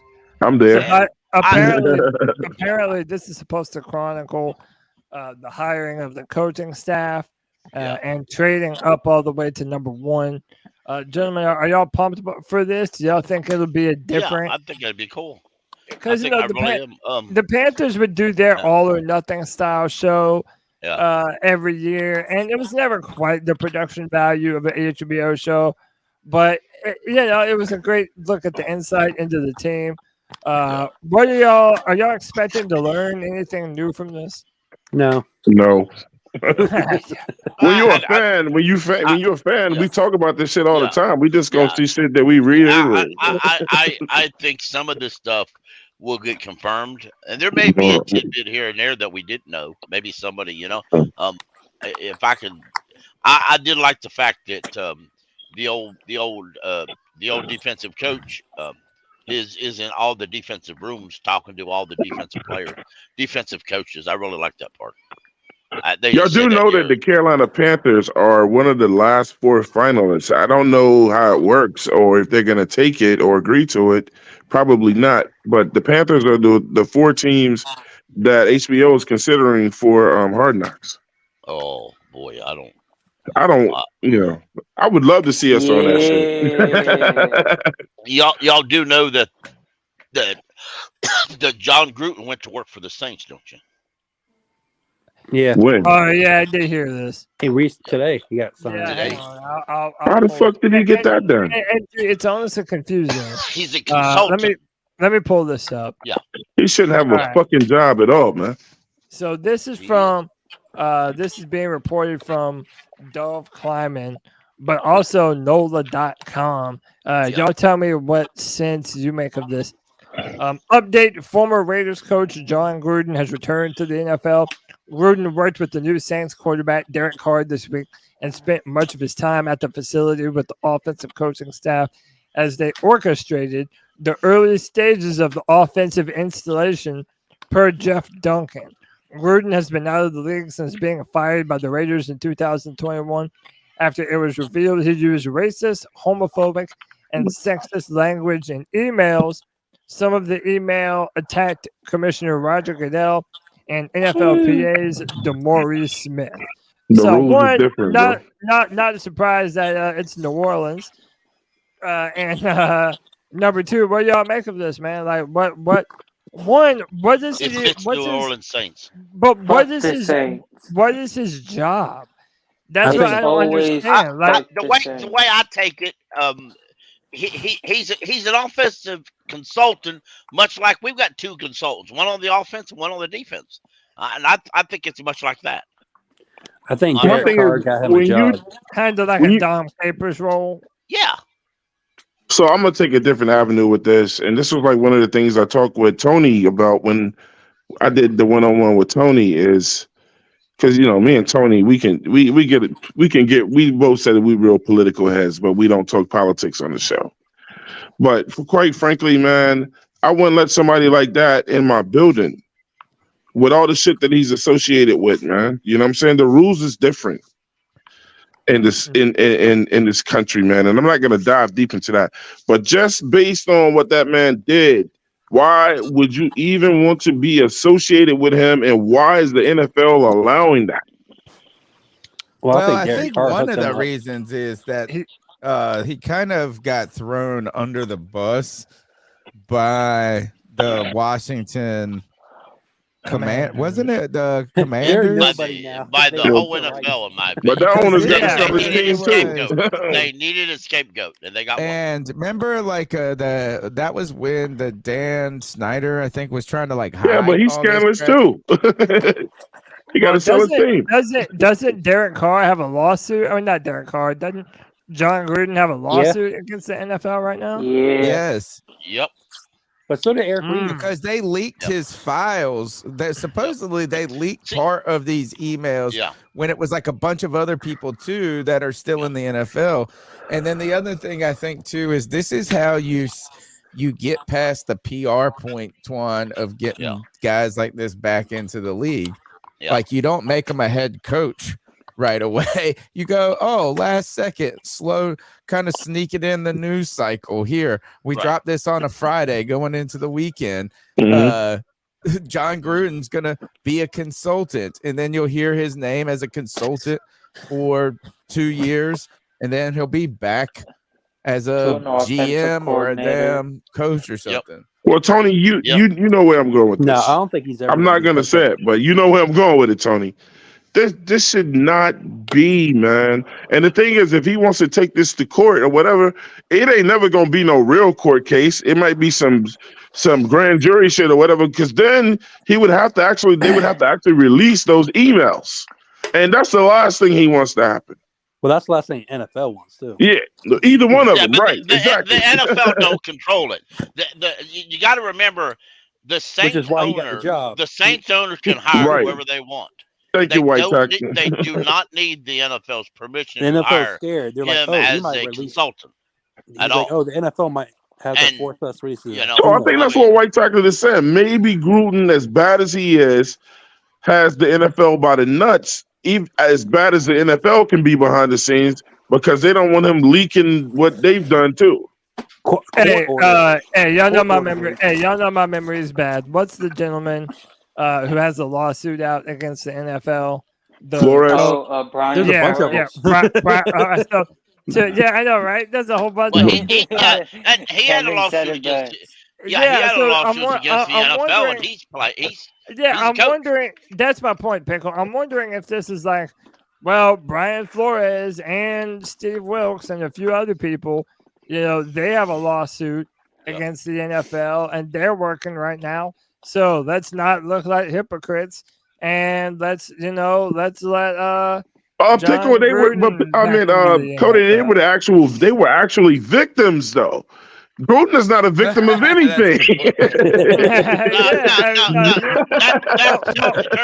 That's not determined. They're suing him for another. Well, I mean, I guess Gruden is saying he's a victim, is that they threw this over there to make him look like kind of sleight of hand, as they released a little bit of the emails when Dan Snyder and them were like running like stealing in the books and what, you know what I'm saying? Like, yeah. He probably got a had job. cocaine parties. But imagine your owner telling you to lose games, bro. Yeah. On purpose. Wasn't that Miami? Yeah. Yeah. Yeah, with Tony Flores. Oh yeah. I know that is wild.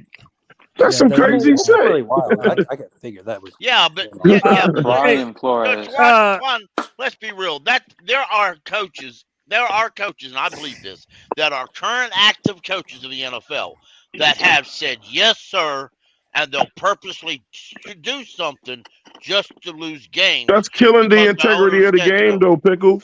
Yeah, that's but they killing don't the care. integrity of the game. Remember the head coach of the Texans last year? Mhm. What did he do? He went out and won the game in spite of the owner. In spite of the owner. Hey, wherever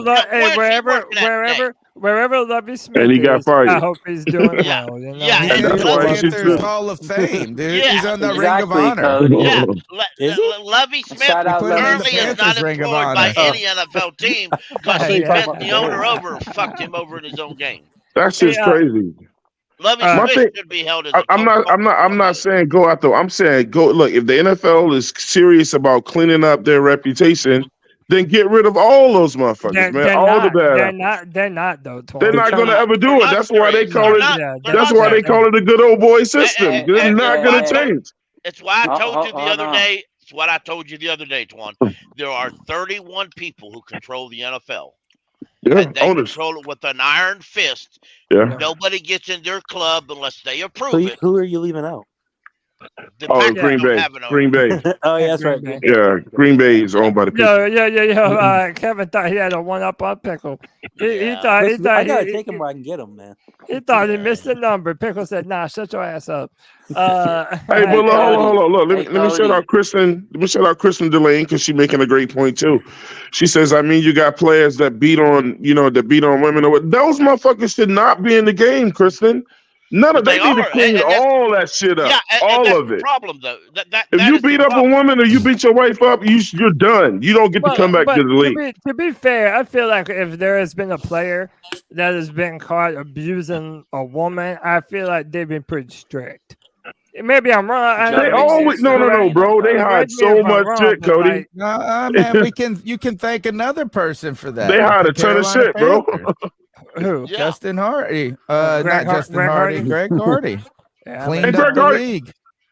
Hey Tony, I think it's that man's working at Walmart now. Wait, JJ wanted to say something, and then I'm gonna go to Tony. I'm gonna ask Tony something. Go ahead, JJ. I wanted to get back to that Lovie Smith thing real quick. Yeah. Go ahead. Say, if Bryce Young leads us, to the promised land and becomes anything successful, or even a franchise quarterback, let alone a Super Bowl or a Hall of Famer. Shout out Lovie Smith, Hey. Shout out to he's Sideshow. a real goat. I agree 1,000% on this. This poor guy's career was almost ruined because of lies. I think that's all that was, greed and lies. Yeah, I agree. I believe.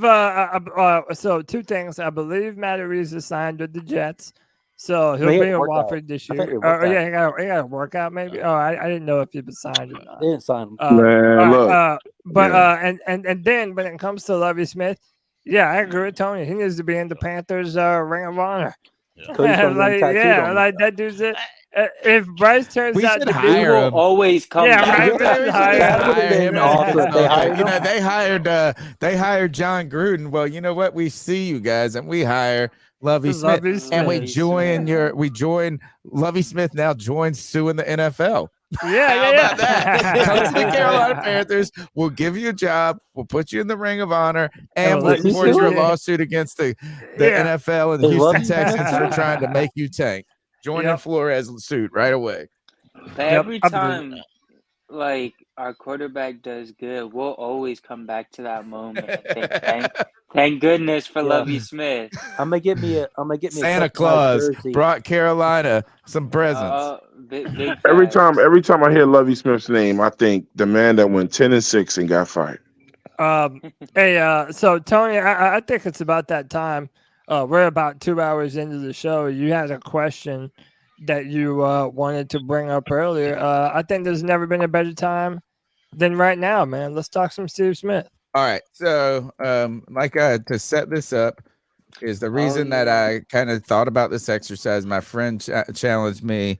He said, "Why don't you just do the same next week for when you come to sports trivia, but do it for Steve Smith?" And what I'm saying is he was in a debate about a player with someone at sports trivia who he believed was Hall of Fame worthy, and this other person just shook it off. Right? They were just like, nah. The week before, so he came back, he printed it out on a piece of paper, and he put it down, and he said, "Hey, here is Rondé Barber's resume." And I tell you one thing, the Rondé Barber. The thing that stuck out to me on that resume, he was a 6-time All-Pro, which is insane. He was on more All-Pro teams than he was in the Pro Bowl, which I feel like is backwards usually. I feel like you're in more Pro Bowls, less All-Pro teams. So he made a similar challenge to me to do that for Steve Smith. And so I started looking up some of the things when it comes to Steve Smith, and I got them written down here to put out a resume. He was a Triple Crown winner. He's a 3-time All-Pro, a 5-time Pro Bowler. He has more receiving yards than Marvin Harrison, Chris Carter, Andre Reed. He is 8th all-time in receiving yards, 7th if you take Tony Gonzalez off the list, who's a tight end. He's 17th all-time in receiving touchdowns, and he's just one of 5 players in the NFL Super Bowl era to win the Triple Crown. And I wanted to... Can I add one more? Yeah, go ahead, please. I want to write it down. I think he's the only one, or he's the second player ever to lead the NFL in receiving yards. And even though his team ran more. Okay. Second like that. to on the least receptions. Yeah. Second to lead the team yards ran the ball more than they threw it, yet, with a running team. Yards. Hey, can I add one more, Tony? Please. He beat everybody's ass that challenged him in the fight. Yeah. I almost went, if I write an article about this, I'm gonna be like, and maybe the guy where the record of 2-0 KOs. Yeah, 2-0 KOs, and never been beat up by a teammate. Ever. Always beat up his teammates, and probably like the really definition of a dog player. Yep. I wanted to look up wide receivers who have been in the NFL though, because I made some notes of just like where they're at on Reggie the list. Wayne. And let me see here if I can share it real quick. Let me So I ask you guess first about is he Hall of Fame worthy? Hell yeah. He's got about, let me see, we'll look up his yard. We'll look up Steve Smith and Pro Football Reference. Steve Smith's stats aren't impressive. What do you mean they're not impressive? Outside of the, hold on. Man, get him out of here, bro. Relax. What? Calm down. Hear me out for a second. All right. Outside of his Triple Crown year, he doesn't have any of the years where he has like just this 1,400 yard and above season. He had two of those. Huh? He only had 2008. He only had one double digit. Hey, Pickle, this is one of the moments when I'm not arguing. No, I'm saying he's like in that Reggie Wayne, Torrey, like I think a lot of people still think Reggie Wayne. He's got more touchdowns than Torrey Holt. Reggie Wayne had Peyton Manning. Steve Smith had who? Matt Moore. They have the same amount of. All right, so. Yeah, but I understand what you're saying, but you can't use who he had at quarterback exactly when it ranks to get into the Hall of Fame. Tim Brown, though. Tim Brown is in the Hall of Fame. Yeah. Tim Brown is in the Hall of Fame, and he's got 1,094 receptions. Steve Smith has 1,031. So he's got 60 less receptions than Tim Brown. Tim Brown is in the Hall of Fame. He's got 14,934 yards. Steve Smith has 14,731 yards. So and then touchdowns. Oh, Tim Brown had 100 touchdowns. Okay. So he's got 20 less touchdowns than Tim Brown. But Terrell Owens is you can also count not special teams, not in the kick Hall of Fame. returns, punt returns. So Terrell Owens was kept out of the Hall of Fame first ballot because of but fucking you get racism. into the Hall of Fame for being a wide receiver. I'm just saying, if You got motherfuckers like Skip Bayless. you can't always look at the stats.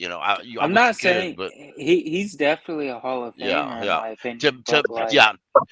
Compared to other Hall of Fame wide receivers, he's a Hall of Famer. His but statistics look. I don't know. I don't know that he's a Hall of Famer this year. But he would if be it was up to seventh me, overall in NFL history for yards. Yeah.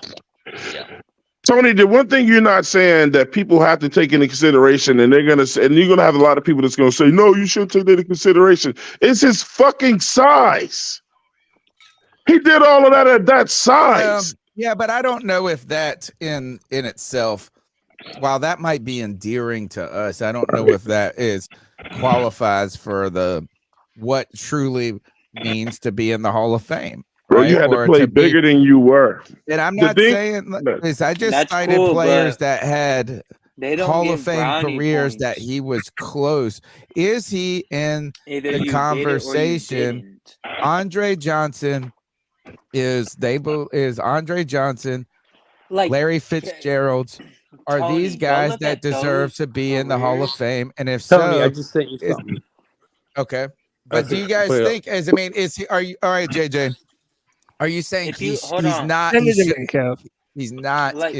if you Hall look of at Fame worthy? Andre Johnson, if you look at Andre Johnson's numbers and just production alone, or Torrey Holt or Reggie Wayne or any of these other guys, and then you look at Steve Smith, it leaves you with that reaction like, it doesn't look as good as I first thought it did.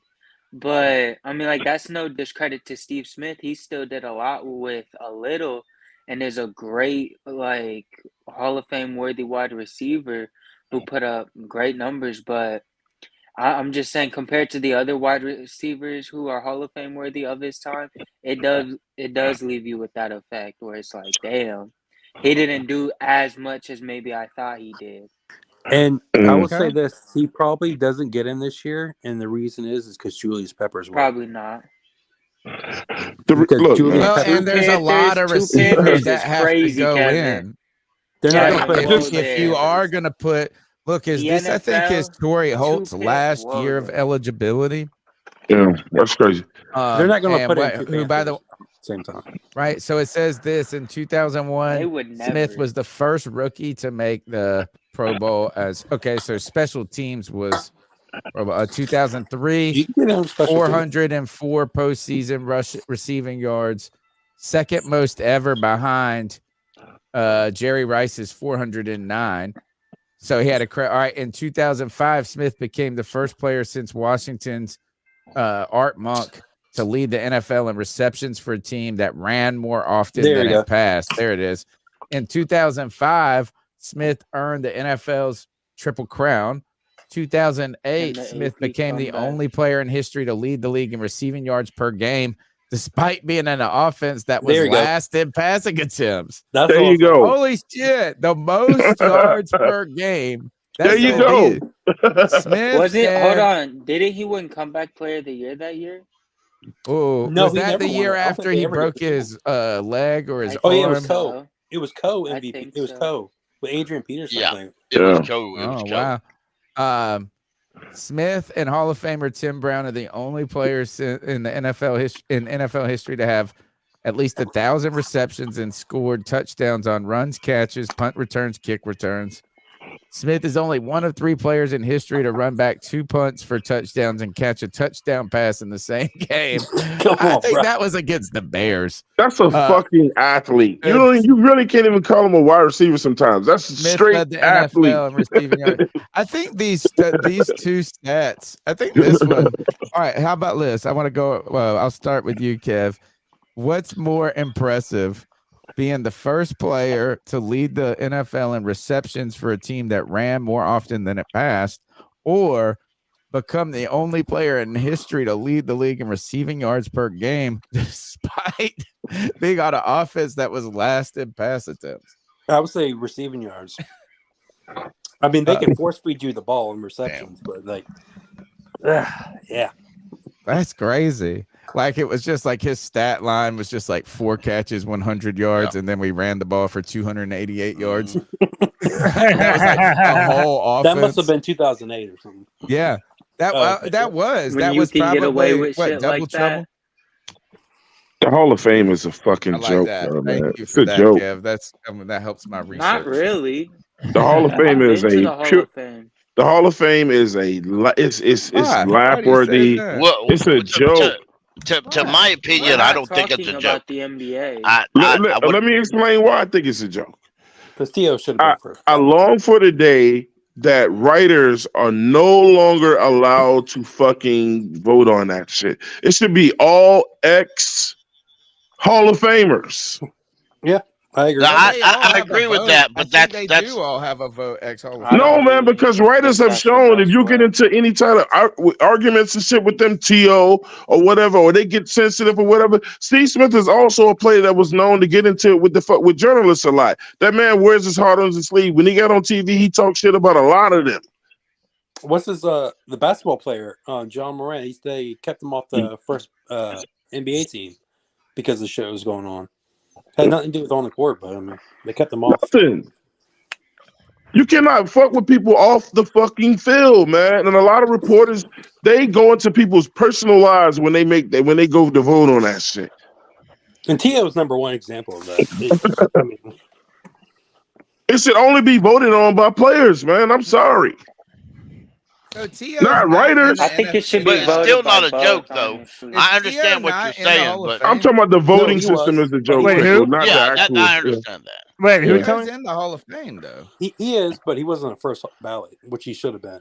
If you look at his numbers, Yeah, that was a big story. I remember it took him like 3 or 4 years before he got there. And Skip Bayless was on TV telling this man to his face that you ain't no first ballot team obliterator, blah, blah, blah, off the field, blah, blah, whatever, to this man's fucking face.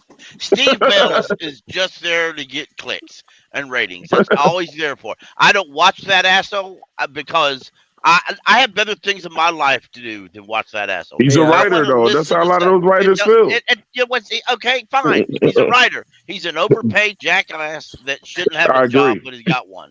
So therefore, if I want to tune into anything, I'll tune into somebody who actually deserves it. Okay, that's just my opinion.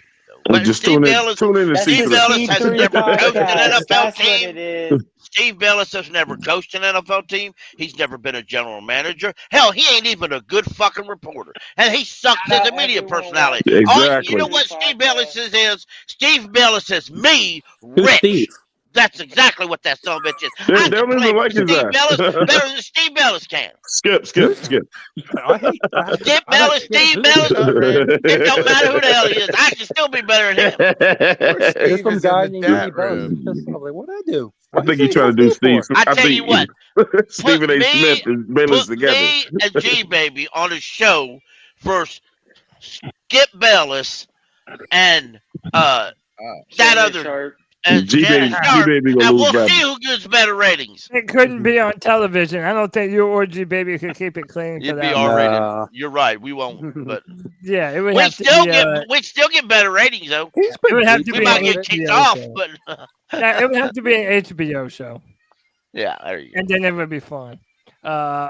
But I mean, Tony, I would love to see him get into the Hall of Shit. Fame. I Put me in the room with Stephen A. Smith. You're always at the mercy of whatever the class is of Hall of Famers that have to be voted on.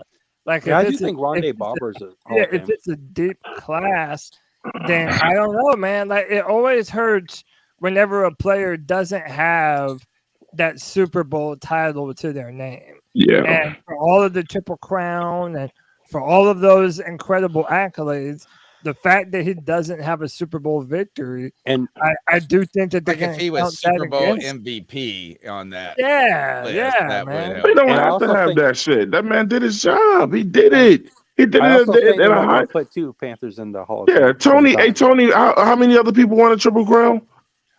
3. Only 5 others. 3 others. Damn, bro. Come on. Really? Y'all might blame me, but I think Cooper he's Kupp eventually gonna get in. Cooper Kupp might be a better candidate for a first ballot Hall of Famer than. No, shut up. Shut up. Quiet. Hey, you said Triple Crown. He won the NFL not MVP. yet. So the Super Bowl Not yet. and the Not Triple yet. Crown. So to prove my point. My entire point Not is yet. that Steve Smith does not have that kind of an accolade of Super Bowl MVP. If he just did, read all this stuff, it would be a much easier discussion. Let me That's only because he matter. did it. That's only because that he's done it recently, and it's for a wider audience than Steve Smith did it.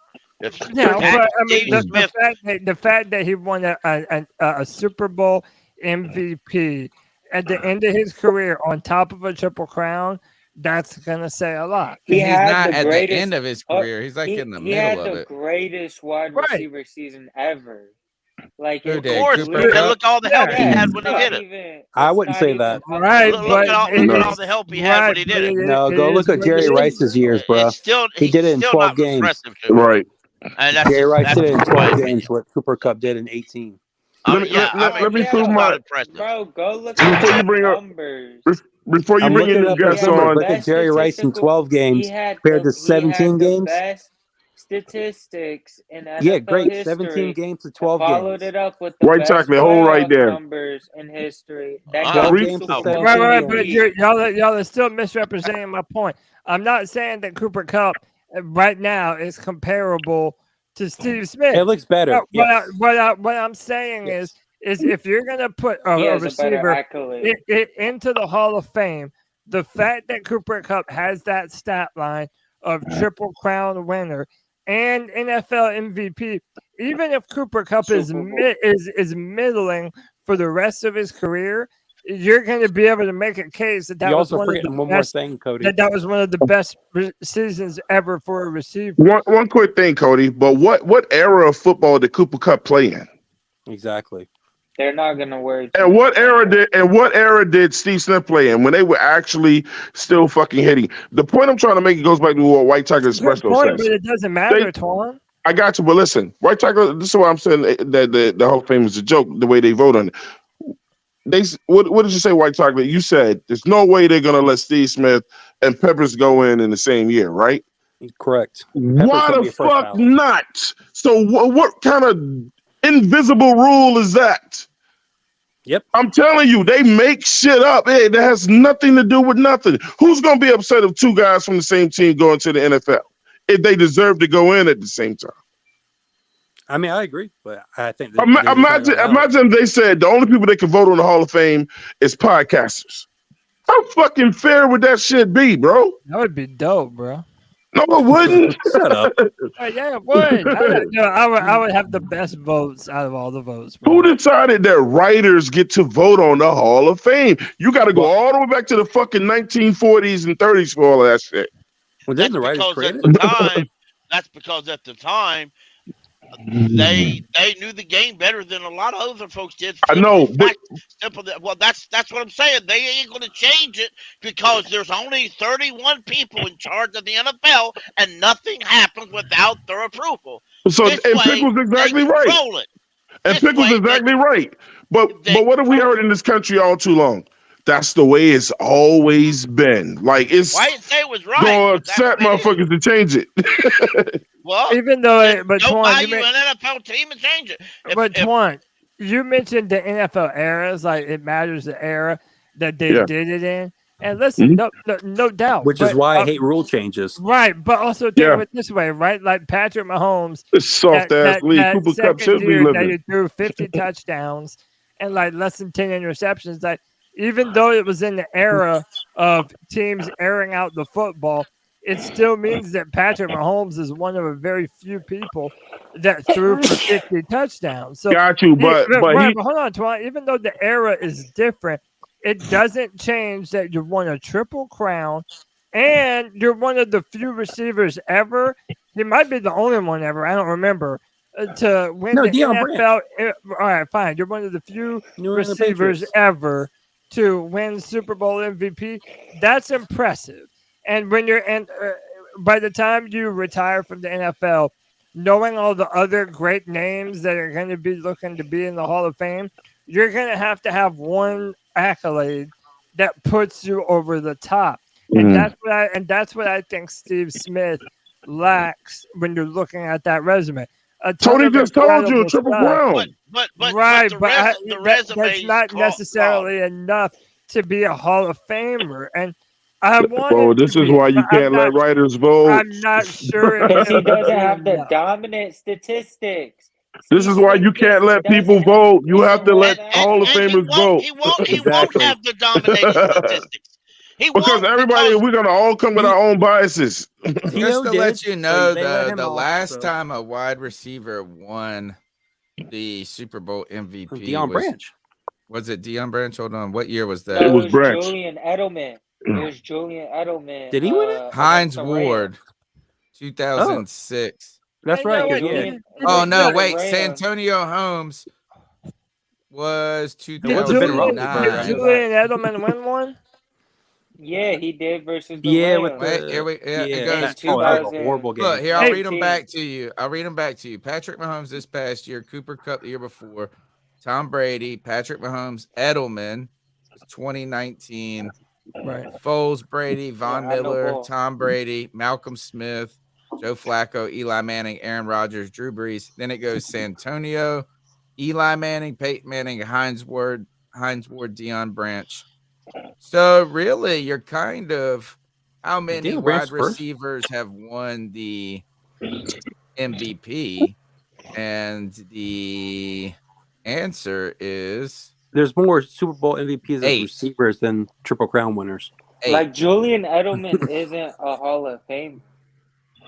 True. A white chocolate espresso. And he has 3 Super Bowls. He was a part of a dynasty. He got a Super Bowl MVP over Tom When I am Brady. finished. He had a few 1,000-yard and Pro Bowl seasons, But and JJ, he's not going to get in. JJ, what you're not looking definitely at? not Cooper Okay, Kupp. what you're not looking at? No, I think Steve Smith will get in. I understand that, but let me tell you, back in the days that Steve Smith played, a majority of them, corners pressed their wide receivers for the full length of the field. Facts. All right, Jerry Rice pressed her front. In today's day and Let him age, speak, JJ. in today's day and age, Jerry Rice would break every record a wide receiver has ever had. Facts. In today's day and age, Steve Smith would destroy anybody who said that who said any other wide receiver was great. Why? Because he had fighting heart, something that these other wide receivers don't have. They don't have the willpower. And White Chocolate just told you because the fucking rules allow them to be more healthier, to not get hurt. They changed the rules so fantasy football owners will be happy. So therefore, the catches are all overinflated. Excellently said, overinflated. That's why Dan Marino's touchdown record got broken. And in all honesty, those folks that are making a Hall of Fame or MVPs in today's day and age of football are not really football players comparable to the old guys. They just this is why I can't let Cody get away with what he said. With a quarterback had to basically stood in the pocket, and if they hit him in the kneecap, you know what?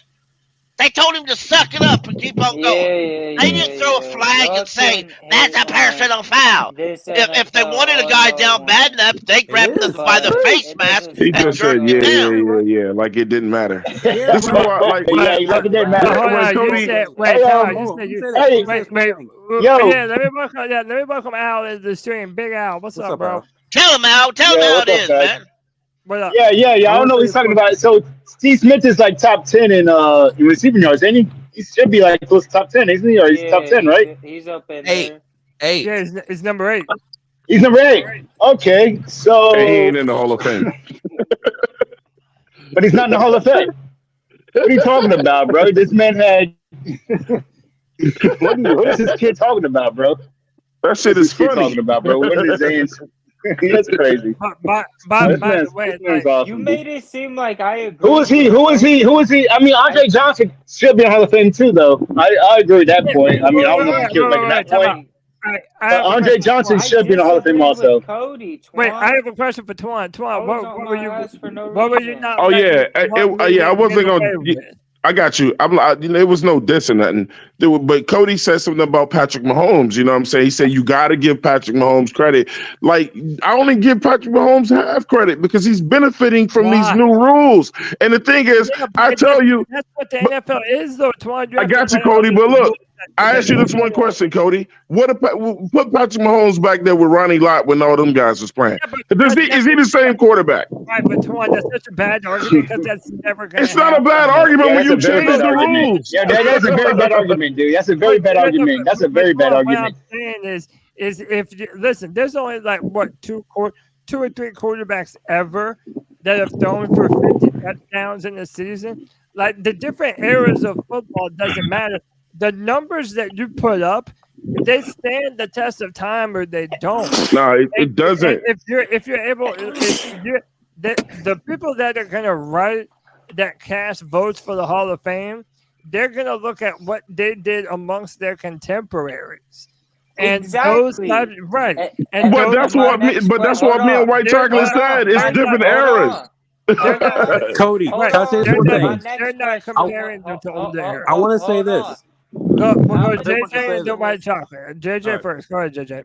My next question was, how many times compared amongst his peers was Steve Smith really considered a top 5 wide receiver?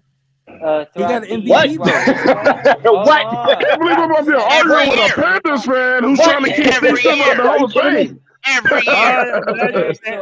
He got an MVP. Are you kidding me?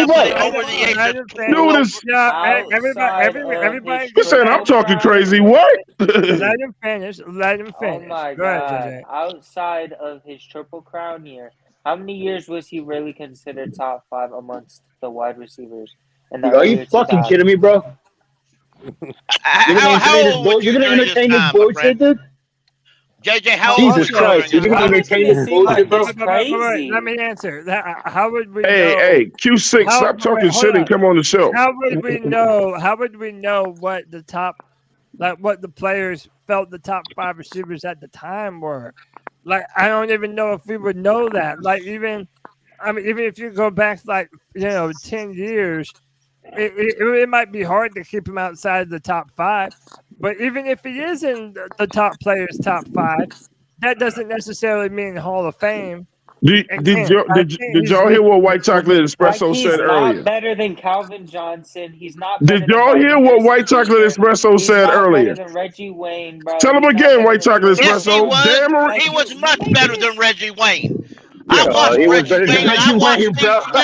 And Reggie Wayne was a pussy compared to Steve Smith. Y'all listening to this? That's some bullshit. He was better than Calvin Johnson. He's just talking now, man. Reggie Wayne He was better than Calvin Johnson. Reggie Wayne was only good because he had Peyton Manning. Without Peyton Manning, Reggie Wayne would not even play in the NFL. There's some suspect Panthers fans, bro. I'm trying to tell you. Man, I don't know. Calvin Johnson was like one of the best players to ever do was it. the gold standard. No, Calvin Johnson. I mean, he was just big and tall. He was fucking very good, but Calvin Johnson quit because he was a pussy and couldn't handle real competition. I don't know about all that. You might be tripping a little bit right there, Pickle. No, he's not. No, he's not. No, he's not. I know. He's really not. He's really not. You bugging. Oh, Steve Smith was much better than fucking Calvin Johnson, bro. Are you kidding me, dude? Are you fucking kidding me? No, he said Calvin Johnson was a pussy. I'm gonna stop muting everybody for a minute. Hang on. Listen, I told. They tried to make it. Wait, hold on, JJ. Hold on, JJ. Wait, hold on. I told. Listen, I told White Chocolate that it could go like 5 minutes ago. I'm gonna go White Chocolate, and then I'm gonna go to Anthony joining us again. White Chocolate, jump in. Randy Moss broke Jerry Rice's touchdown receiving record. Thank you. The old record was 22. Randy Moss got 23. Randy Moss broke it, and hold on. Randy Moss broke it in 16 games. Jerry Rice had 22 touchdowns in 12 games. Jerry Rice is the all-time greatest receiver all time. Calvin Johnson, eat a dick compared to Jerry That was Rice. a touchdown record in 1 year. Yeah. Hey, Whatever. hey, Like White Chocolate. Now tell him about Dan Marino. Hold on. Dan Marino. Oh, I got another one. Now tell him how unfair it is that Dan Marino's his record is broken because of the rule change. As soon as they changed the rule for the corners, the record got broke a decade ago. It isn't. JJ, shut up for a second and let him choke, man. Let the teacher put me to sleep. Hold on. because they How about you changed the show some rules. damn respect? Shut up. You're not the They big changed boss the of rules. this show. Damn. Stop They always changed the yelling at rules. somebody. You aren't either. Damn, Twan. Why is he so mad, bro? You ain't hot shit. All right, enough fighting. He just keeps talking over everybody. He's talking about. I'm muting everybody. I told Anthony he could jump in. That droopy ass voice. Everybody chill the fuck out. No insults. Anthony, jump in. Hey, can y'all hear me? You're good, bro. All right. No, I just wanted to know what y'all are talking about here. Like, I heard some Calvin Johnson disrespect. I heard something about Patrick Mahomes sucking ass. Like, what is going on in this panel, man? Like, nobody said Patrick Mahomes sucked ass. Compared to Jerry Rice, Calvin Johnson can't suck a dick. He can. So, okay. Let me say That's this. a fact. I will say this. I've met Randy Moss, and Randy Moss is a cool dude, but he's not as good as Jerry Rice ever was. Because I'm looking at like the statistics right now, and Kevin is right. Jerry Rice had like 20 touchdowns in 12 games, but as it goes for like, what else are y'all talking about? Because I heard we're talking about originally talk about Steve Smith in the Hall of Fame, and this led into other discussions about other wide receivers. And the point that people are confusing on in the last few years, or last I'd say 10 years, the game has changed to speed. Randy Moss, that's all that man had was speed. Calvin Johnson was a big speed guy. That's just what they had. Whoa. See, here's the thing. Here's what's going wrong on the show, Anthony, here. Is people are jumping between different conversations to use whatever they can at some point to make some point that's unnecessary. Okay, yes, guys, the game has changed. The game has changed, right? We can't help. We don't. It is what it is. Right. The game. That's why, we're not sitting here talking about. We're not talking about running backs going into the Hall of Fame. Jerry Rice is number one. Some people argue that Randy Moss they thought he was better in the time period he did it in. But who cares? Is that you have 1A and then you got 1B. So the greatest of all time it's the sailor. He's out on a boat. Yeah. So then you got, but who cares if that is the case, right? Because O.J. Simpson rushed for over 2,000 yards in 12 games. That doesn't take away a 2,000-yard rushing season. The question, though, is I don't think that we have to disrespect Calvin Johnson on this, because had Calvin Johnson been on a team that was good, he was the gold standard of his time. Wait a minute. What we don't have to do is compare Jerry Rice. We don't have to slander each one. The question, I think, is, or the point was Steve Smith the dominant type of player that Calvin Johnson was in his era, that Jerry Rice was in his era, that Randy Moss was in his era, and arguably Terrell Owens was in his era. And that's why he's kind of a bubble player. He should be in the Hall of Fame. But like Twan said earlier, the Hall of Fame has this kind of, you got to wait your turn. You got to, you're not Jerry Rice, so you're not going to go in this year's class. But then the problem is what other guys have been waiting that time period too, and you only get a certain amount of opportunities. So that's all it is. So Anthony, to answer your question is you heard like 7 arguments being mushed together unnecessarily. Gumbo. Yeah. But it started whenever I said Cooper Kupp had one of the best wide Can I say this? ever, which is true. There is a site on. Yeah. Well, Anthony or Pickle? One, yeah, go ahead. I just want one quick. There's a site on NFL. You could go to the NFL.com and go by year and see who leads the NFL when receiving yards. Or you can actually go catches in the whole 9 yards.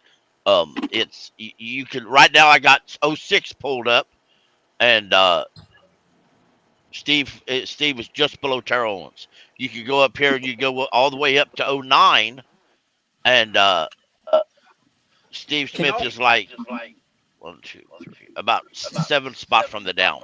And there's one other thing too to consider about this, guys. There's one other component here. Yeah. Is why is the idea of, was Steve Smith not as dominant as some people think, or was he truly dominant and didn't get enough respect at the time period because of marketplace, because of the type of offense? So that's why again goes, I continue to say, imagine quarterback play. If he would have done that, if he would have been, and Reggie Wayne's a good comparison. Reggie Wayne was a phenomenal Caesar player, did it for a long time, and did a lot kind of like Steve Smith did, big yardage games, kind of did everything for a long time. That's what Steve Smith did. But I mean, the idea is, imagine if Steve Smith did play with Tom Brady. Imagine if Steve Smith did play with a Peyton Manning, and that really did help Randy Moss. That helped Jerry Rice. You want to talk about the greatest to ever do it? He did. He played with Joe Montana. So those things do help players become great players. And that's why Steve Smith, instead of going to the Ravens, but the Hall of Fame doesn't let you in because they believe, you could have produced better with somebody else. But he has the numbers. The Hall of Fame is bullshit. The Hall of Fame is bullshit. But compared to other wide receivers during his time, their numbers might be better, and they have a better case. I need Kwame Brown. Why they also have probably been on a better team. So they're just gonna have a lot more. I don't necessarily think that it's I don't think who deserves to be, if Andre Johnson deserves to be in the Wayne NFL. Was on a Super Bowl winning team and had like more. Well, Smitty went to the Super Bowl once, but he didn't win, and he didn't play with because it's a Manning, team effort. Yeah, it's a team sport too. Exactly, but Reggie Wayne's gonna go down as the more. He also had a phenomenal playoff run, though. It's not like he disappeared in those playoffs. He had a top 5 quarterback. Hey, real quick, let me add my man Chuck to this Friday Free for All. Chuck, what's up? What's up, man? How's it going? Going good, man. Going good. We're talking about will Steve Smith make it into the Hall of Fame, and comparing him to some of his contemporaries in the process. I do agree with what I think when you guys was talking about his politics. There's no way Julius Peppers and Steve Smith is going to the Hall of Fame the same. Yeah, that's what I said. Exactly. They're going to make it political because it's a small market team, with no ring. With no ring, they have to put Julius Peppers first ballot. They have to, or if they don't, they're just being flat out. Yes. They're disrespecting. Well, let's talk about that. Let's put Julius Peppers' stats as purely stats. Now, everybody wants to go stats. Stats are the only thing that matters. Put his stats against other stats. He's top 4 in sacks. Pickle. Yeah. He's a no-brainer. And the store. First ballot. If I'm doing the voting, I agree with you. I do. I highly agree with you. What- I just don't think he will. Here- Not but first ballot. Hey, here- Kevin, I by the way, understand. to your whole, like, it's a team sport. Like, Andre Johnson was on a lot of shitty teams and produced at a way higher level, more consistently. And that's why he got Well, inducted, I think, last he had a year consistent over quarterback. Steve And Smith. Pickle, the reason why I think that Not you with no Texans team. Julius Peppers, Matt Schwab was pretty good. the reason why Okay. All I right, totally.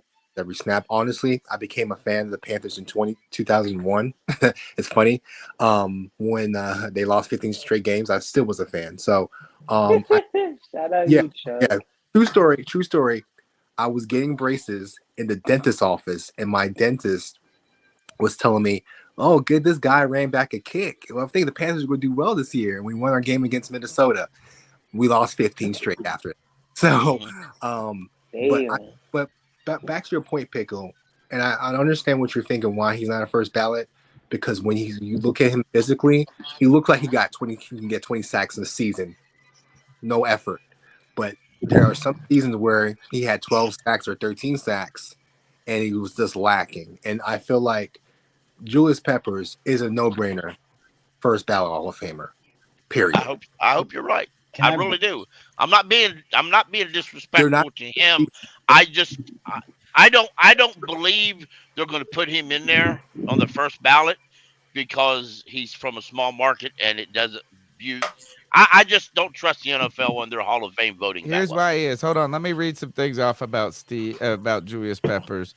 4th all-time in sacks, right? You said he was AP Defensive Rookie of the Year. His and you want to talk about, hey, this is awesome. Here is he's part of the 12-game crew too. He just got suspended for 4 games. But he was AP Defensive Rookie of the Year that year. He was crazy. AP All-Pro team, Pro Bowler in 2004. He was AP Pro Bowl team, first team. He's got this. Hold on, I'll count it. He's been All-Pro 1, 2, 3, 4, 5. There's no way. There's no way he's not a first ballot. There's no way. I hope you're right. I really do. 6 Professor, times, 7 times. And then he already missed his Pro Bowl. opportunity for first ballot. Tony, 1, 2, hey Tony, 3, 4, no, 5, 6, 7, 8, 9 Pro Bowls. Hey, Tony, read his Green Bay stats. What do you do in Green Bay? He made that's where it's going to be at. Bowl one time in Green Bay as an outside linebacker, where he had hold on, how many sacks did he have? 10.5 sacks as an outside linebacker. He's had listen to this. He's had over 10 sacks. 1, 2, 3, 4, 5, 6, 7, 8, 9, 10 times in his career. Oh, wow. There's no way. Here, if I could just, man, I'll show this. What's his worst season? His Probably the worst Super Bowl year. season was he played in I think it was a Super Bowl year.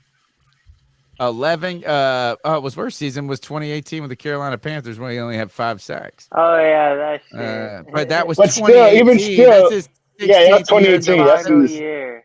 So basically, 17th year. His worst season. Oh, one other. 2007. 07, he played in 14 games, started 14 games for the Carolina Panthers, had 2.5 sacks. What? Damn. What year was Worst that? season. 07. What happened in 07 with that? Hey, Tony, that was the year.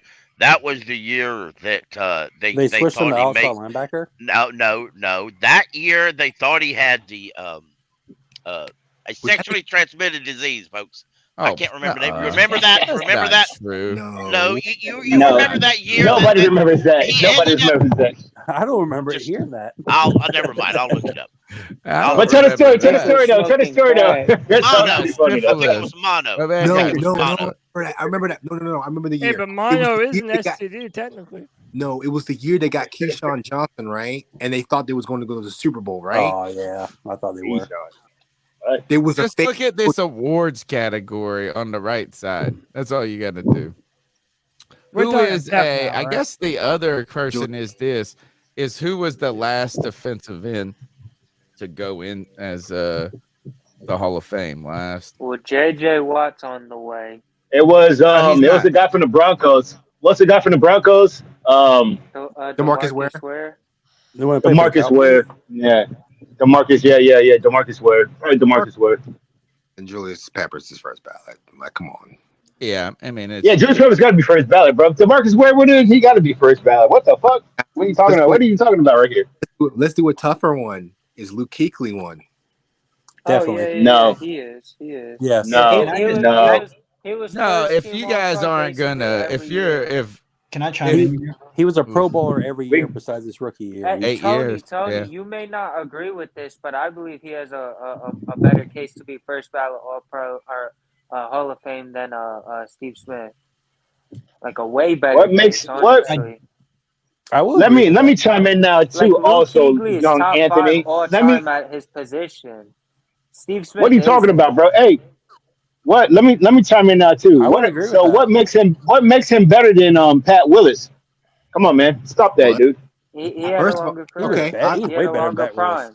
Hold on, I do want to question. Let me answer your question. From year 1 to 8, Luke Kuechly was established as basically the best linebacker in football. Top 3 every year. No, Pat Willis was at the time. What are you talking about? Pat Willis was at the time. What are you talking about, dude? No, he wasn't. Yes, he was. Yes, he was. No, he was.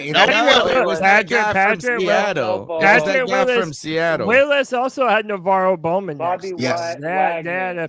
It was Bobby Wagner, not Patrick Willis. And Kuechly had Thomas Davis.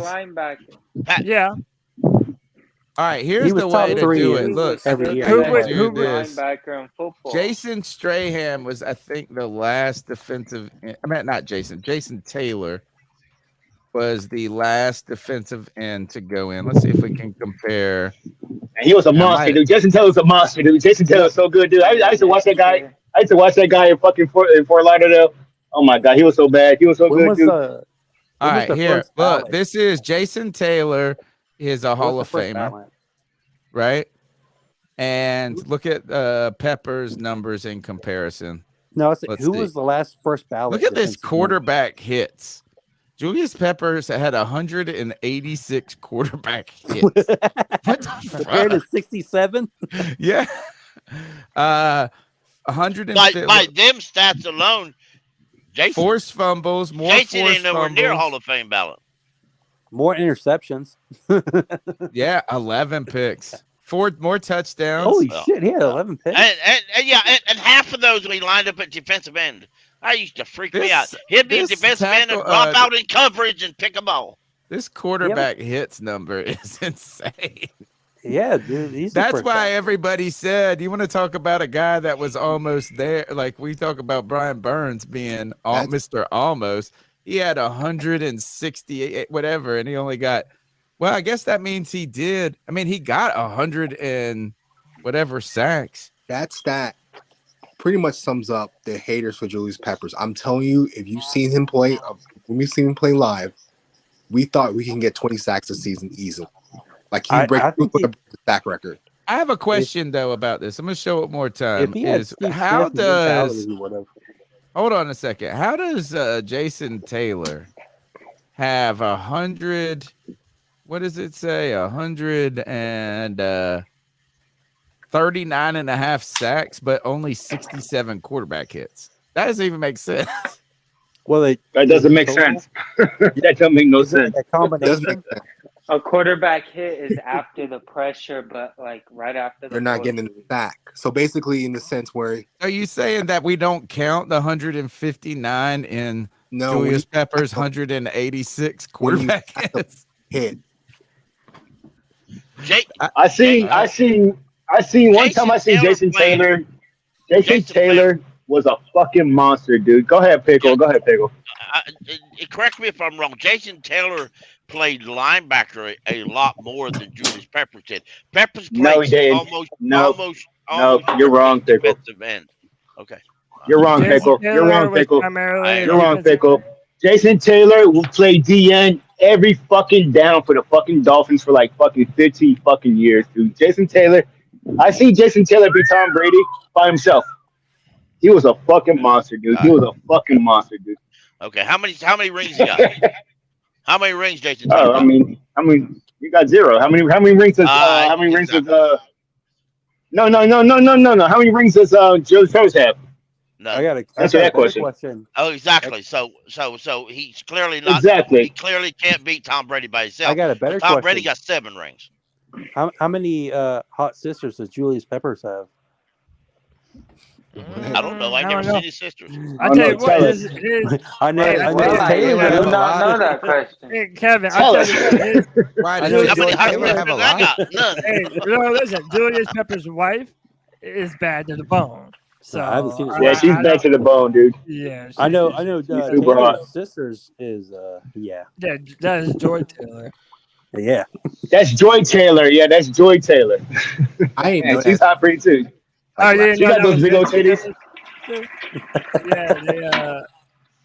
Yeah, somebody just flushed their toilet and wanted to pretend I wouldn't hear it. That's wild. I know it was Kevin too, bro. I don't know. Well, I was looking at Joy Taylor. I know that it Joy was Taylor. You know. Yeah. Listen, you know what? You know, at least you don't have your video on. I'll just end it at that. There you go. So I know it was late to the D-Hop conversation. Anthony, what was your thoughts?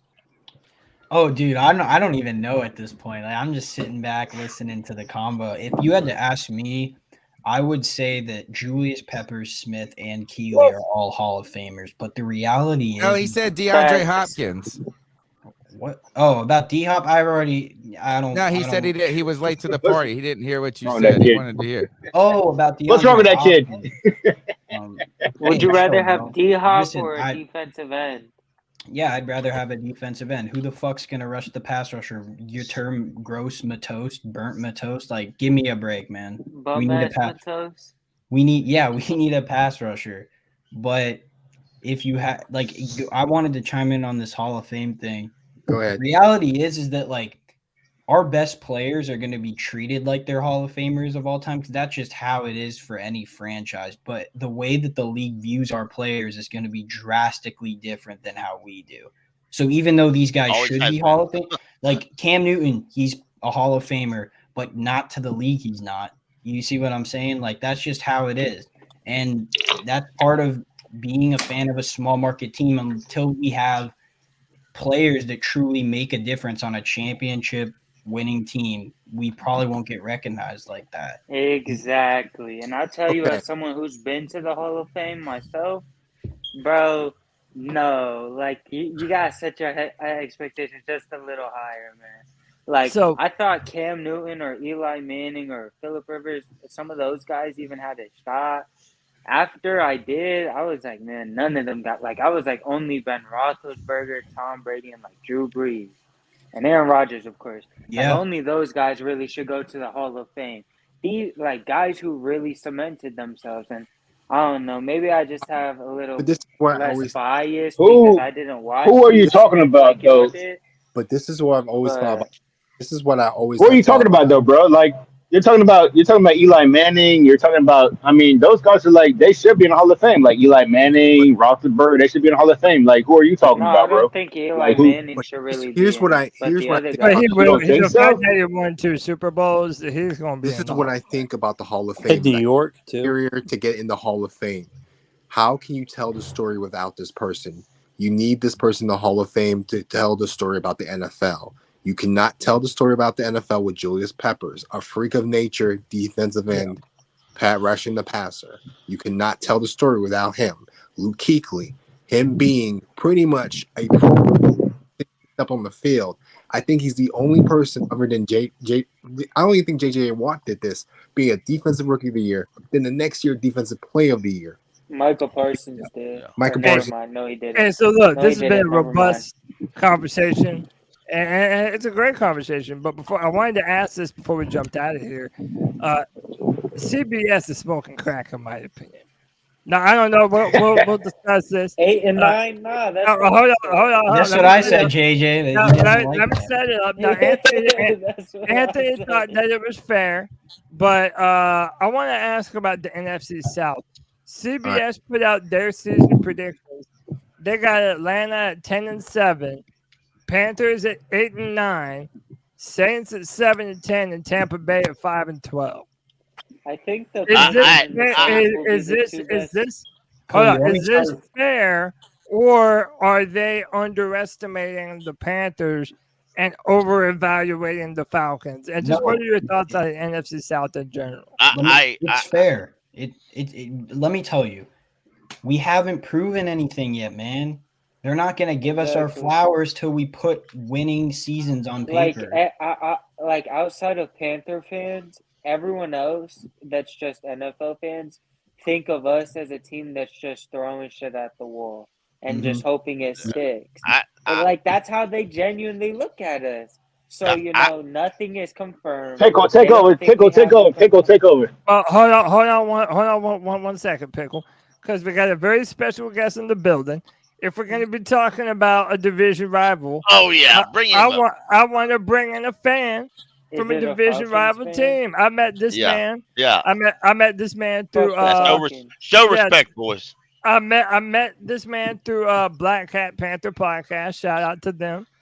And this man's the homie, man. He's a Falcons fan. And he's pretty damn cool for a Falcons fan, if I do say so myself.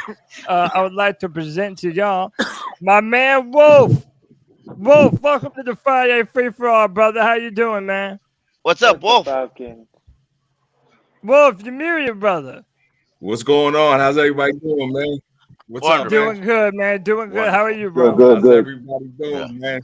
Hey, man, you're just in time, man. CBS, they put out their NFC South predictions, and they got the Falcons at 10-7, man, how y'all and doing? they got the Panthers at 8-9. Do you think that this is a fair ranking? And tell us why or why not. So are you ready for your team to belittle your expectations yet again for another year? Nah, let them get off. Go ahead, Wolf. Get there just because of how the division was last year. It was so close. Can you hear me? Yeah, I hear you. Yeah, you get it. Loud and clear. You might be lagging a little. You might be lagging a little bit, Wolf. Hop out and hop back in. Yeah, so we'll go to Pickle until Wolf comes back. I just want to say I understand. I agree with what JJ and Nancy were saying about the Panthers. I personally think we'll be a little bit better, but that's not my point. The Falcons, they have rated high, in my opinion, because the Falcons had a stronger reaction to free agency than when we did. They signed a bunch of defensive players. Now, while those are big name defensive players, if you look at those players, they haven't played big in a couple of years, except for the safety. Old, dude. They're old, dude. I mean, Calais Campbell's fucking. They're old, dude. And that's why the media. But let's remember though. Let's remember how many years did the Browns win an offseason? How many years How many years did we hear about the last 10 years? How many years have we heard about how great the Cowboys are going to be this year? But in the offseason. But what I'm saying, the one pick that the fucking the Falcons got that was good was the one pick that they got good was Jesse Bates. I mean, he's like a stud in his prime right now. He's a safety, but I don't know how much the safety can influence the game. You know what I'm saying? Yeah, so I think that he's a good pickup. The only last thing I want to say on this real quick, and I'll pass it to Chuck. I'm optimistic. I've been optimistic. I've gone to games. I'm a Panthers fan through and through, and I love Bryce Young. Anyone on this panel knows in this community, I was the fucking leader of this shit. Shout out to G Baby. He hasn't been on this pod because he's so happy about Bryce Young. He doesn't need to come on here and bitch about it anymore. But anyways, I want us to win games. I don't want to get my hopes so high up when Like everyone's saying, well, we should expect this out of our team. Like, yeah, we probably should, but to the public, we're just the same old team because we haven't shown anything. Now, if we win 10 games this upcoming year, then guess what? Next year, we'll probably actually be projected to win 10 games and not 7. That's just how it is. Yeah, I mean, that's just reality of that's the reality of being a Panther fan. Right, but Anthony, let this me is get hold this on. after Chuck. Yeah. Well, no, let me go Chuck and then JJ, and then I want to make a point. Go ahead, Chuck. 2 things. The Atlanta thing, it's identity. The media has known that Atlanta wants to run the ball and stop the run. Easy.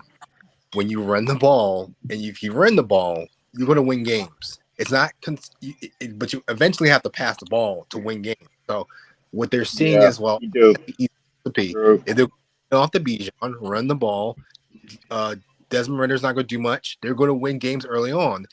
It's later in the season what's going to be really key because the older defenders, can they hold up? 2 with Bryce Young, and I think the Panther Nation is feeling the same way because it's Bryce Young. He's not Sam Darnold. He's not Baker Mayfield. He's not P.J. Walker. He's not Cam Newton watered down. So people are realizing, oh, that's easy. Replace the quarterback, and we're going to be automatically 10-7, 11-6.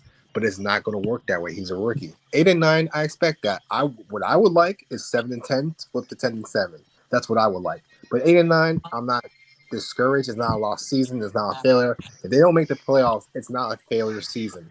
I want to see Bryce Young progress, and that's it. That's all. Exactly. That's the If I see 8-9, if I see like 8-9, I think I'm gonna be good with that, bro. If I see 8-9 and Bryce Young starts every single game, and he's 8-9, that's we got something to go with. You know what I'm saying? That's good, dude. For sure. Yeah, let me go to JJ. Go ahead, JJ. I've been alluding for a few weeks now that hopefully if we do well, at least, it would be like a Trevor Lawrence resurgence, how he did at the end of last year. I've mentioned a couple game-winning drives, a few 300-yard games, show signs like that. I'm not really worried about the whole winning record and this and that. The team is still like a few pieces away, no matter what, to really be contending or be on some hot shit in the NFC. So, we still have a year or 2 until we're really in that prime position to be on something. So right now it's just like, let's see what we got. We threw a lot at the wall this offseason.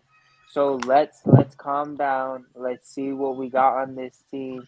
Let's see how well Bryce Young can operate. Not everything is going to just, it worked. Miles Sanders, 20 yards per carry, and Bryce Young, offensive rookie of the year by far, and, is just this god, MVP first year. It's not going to be just, rainbows first year, That's why I'm trying to be more realistic. I think 8-9 is perfectly fine.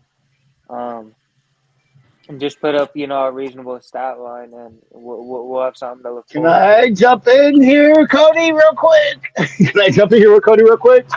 Well, we weren't being unrealistic. We just said 8-9. We're just saying 8-9, dude. I mean, we're not being unrealistic. I mean, 8-9 is not unrealistic. I mean, that's honestly for every team. I mean, for the fucking Chiefs, that's a fucking shitty. That's a shitty. That's for 8-9. Yeah. Okay. Listen, the bottom. Before you go, Cody. Go ahead. I just want to say this. I've been thinking about it too. Like I said, I want this team to win games. Obviously, who doesn't? But the only thing that should matter this year is that the progression of Bryce Young. That's it. He shows that he's the future guy. What I wanted to say is, listen, I mean, I agree with Anthony and JJ to an extent. I understand that if you're not a Panthers fan, you don't think very much of the Panthers at all. I understand that. My argument is, what have the Falcons done to present themselves as a better contender in the NFC South? All right, if you want to not much. Not much. They drafted a running back.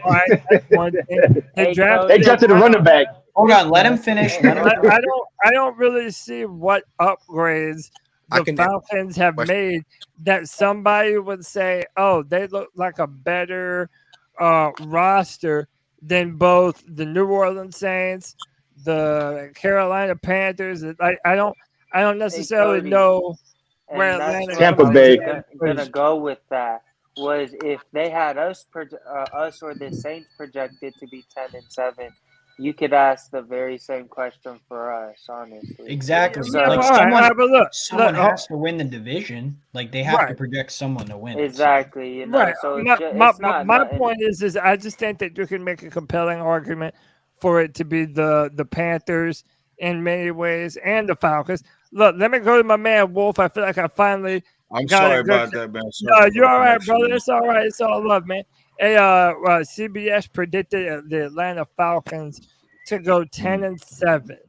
Why do you think they're predicting Atlanta to run the division? Tell us what we're missing about this 2023 Atlanta Falcons team, bro. I have no clue. I don't know. Like, last year you had what 3 teams that was 7-10. Yeah. Yep. You know, I don't understand. I don't understand. And again, you know, I'm being 100% honest. Has every team probably improved some? Yeah, definitely. Dominate? I don't know. Yep. You know, I agree with you, I Wolf. have no clue. I don't know what. I don't know This what division Bryce was Young's trash bust last year. It's easy. Yeah, let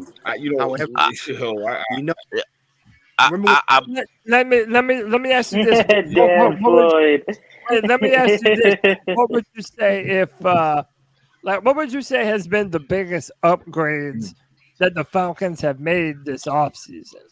Like, because they're Running back. predicting Atlanta for a reason. Like, do you think it's because they drafted Bijan Robinson? You think maybe they're predicting Desmond Ridder is going to look good this year? Like, what did you think? If someone is going to predict the Falcons to be the best team in the NFC South, why would they say that specifically? because of the schedule. The schedule ain't great shit. point. Great point. The Great schedule point. ain't shit, bro. Look, look.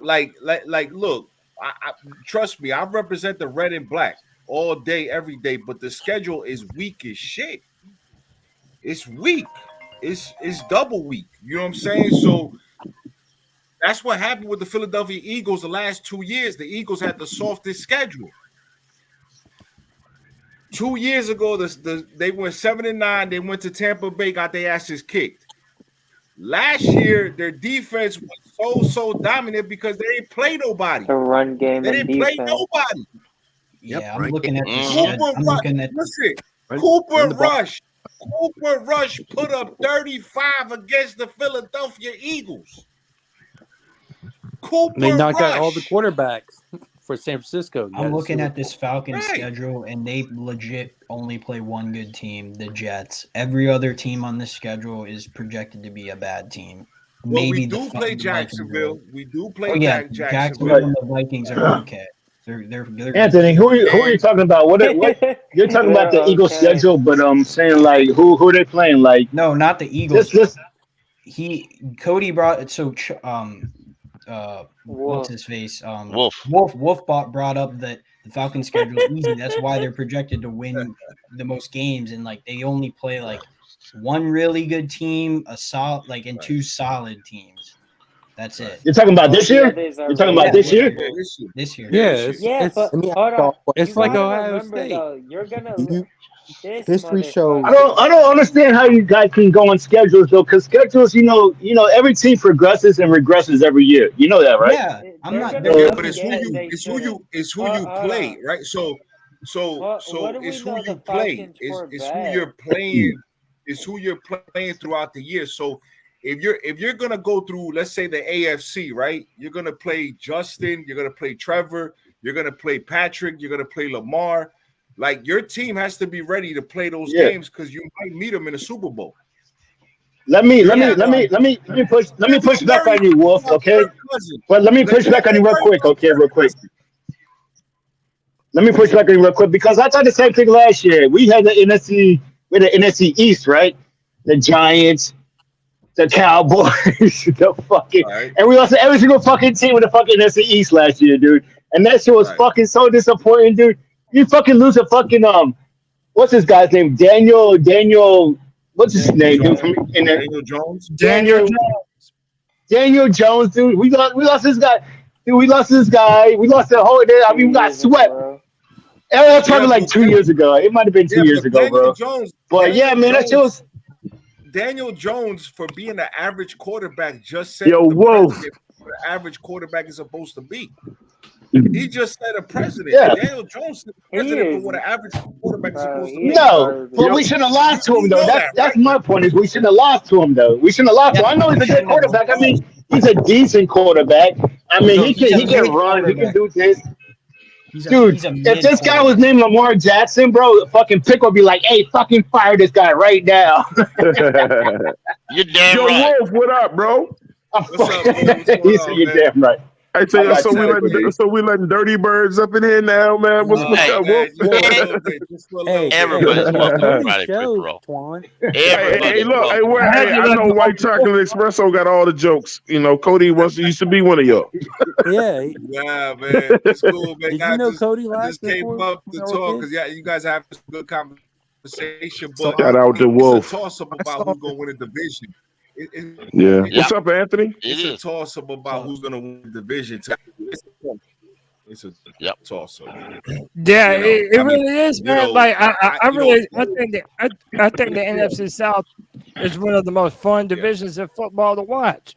Just because you don't know what you're gonna get, man. Like, what happens if you give Derek Carr a defense? Are the Saints gonna look all right? They got a bunch of receiver weapons.